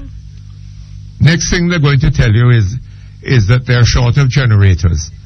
And the generator is going to cost so many millions, and you're going to have to put up the money to buy the generator so that they can use it to generate electricity and charge you for it. It is really sad, sir. You have a house and you can't live in there. Yes. You know, because how can you live in a district without electricity? Well. And they come in and do the survey and see that once upon a time in this country, Mr. Perkins, if you're building up a new area or whatever, JPS would come in and they would measure up and they would count up how much house in there, over 10 houses. They would come in and run the electricity. We never have problem like this. Yes. Once they come in and say you have 10 houses was the limit, they come in and run the light. They string the house if you're not string the house yet, and then they charge it like a little at each time per month and to the bill. Yes. I don't know what to do, sir. I don't know what to do. Well, that is the answer as far as I understand it, Mom. Right? The government is allowing the Public Service Company to get away with that. Right? They couldn't do it if the government wasn't prepared for them to do it. But no governing, no rule, no nothing. Everybody just on their own. Where poor people go get 1.2 million to pay JPS to come in, run like in a district, sir. Yes. And everybody who live around there in the dark, and people have their house around there and can't live. You can imagine having a house in Jamaica have to be paying rent, Mr. Perkins. And you have a house. Yes, Mom. That is the problem. Sad situation, sir. Yes. Sad situation. Okay? Okay, Mr. Perkins. Thank you very much. Hello? Hello? I had to wait long as at the end of the thing, but I I'm have to sorry call about you that. back. Mhm. Because, Good afternoon to you. Mutty, Uh-huh. boy, I had to wait long as at the end of the thing, but I I'm have to sorry call about you that. back. Mhm. Because my concern, when I tried to get it last week with this barking dog thing, Yes. well, I live, there's a medical center beside Mr. Perkins, and you would not believe the hell I'm going through, since it's an old house that was renovated. It was an engineering office before. Uh-huh. Mr. Perkins, the noise, the car wash, I had to call KCC, power wash, vacuum cleaner. Now that's standing furniture. Our apartments, our bedrooms and balconies are right there. I come home tired, I can't even lie down. Standing. Everything is some machinery thing every day. Oh, God. They have no respect for people. Yes. And you have patients coming there and doing this. Mhm. But, Mutty, I call you, I'll try and get you tomorrow and expand on this thing. Yes, all right. Because it is a damn disgrace. Yes. That disrespect for people. And KCC has no rules. Yes. You know what I mean? We don't respect our people. No, We Mr. don't I tell respect you, each I'm other. having such a headache. Right. You can't even lie down in the bed. Every day some machinery noise out there. But Mhm. I'll try and get it back tomorrow and tell you everything. All right. Okay. Thank you very much. That's it. Okay, we're out of time. That's the end of Perkins Online for today. We'll be back, though, hopefully, tomorrow. Usual time, usual place. And we look forward to your company.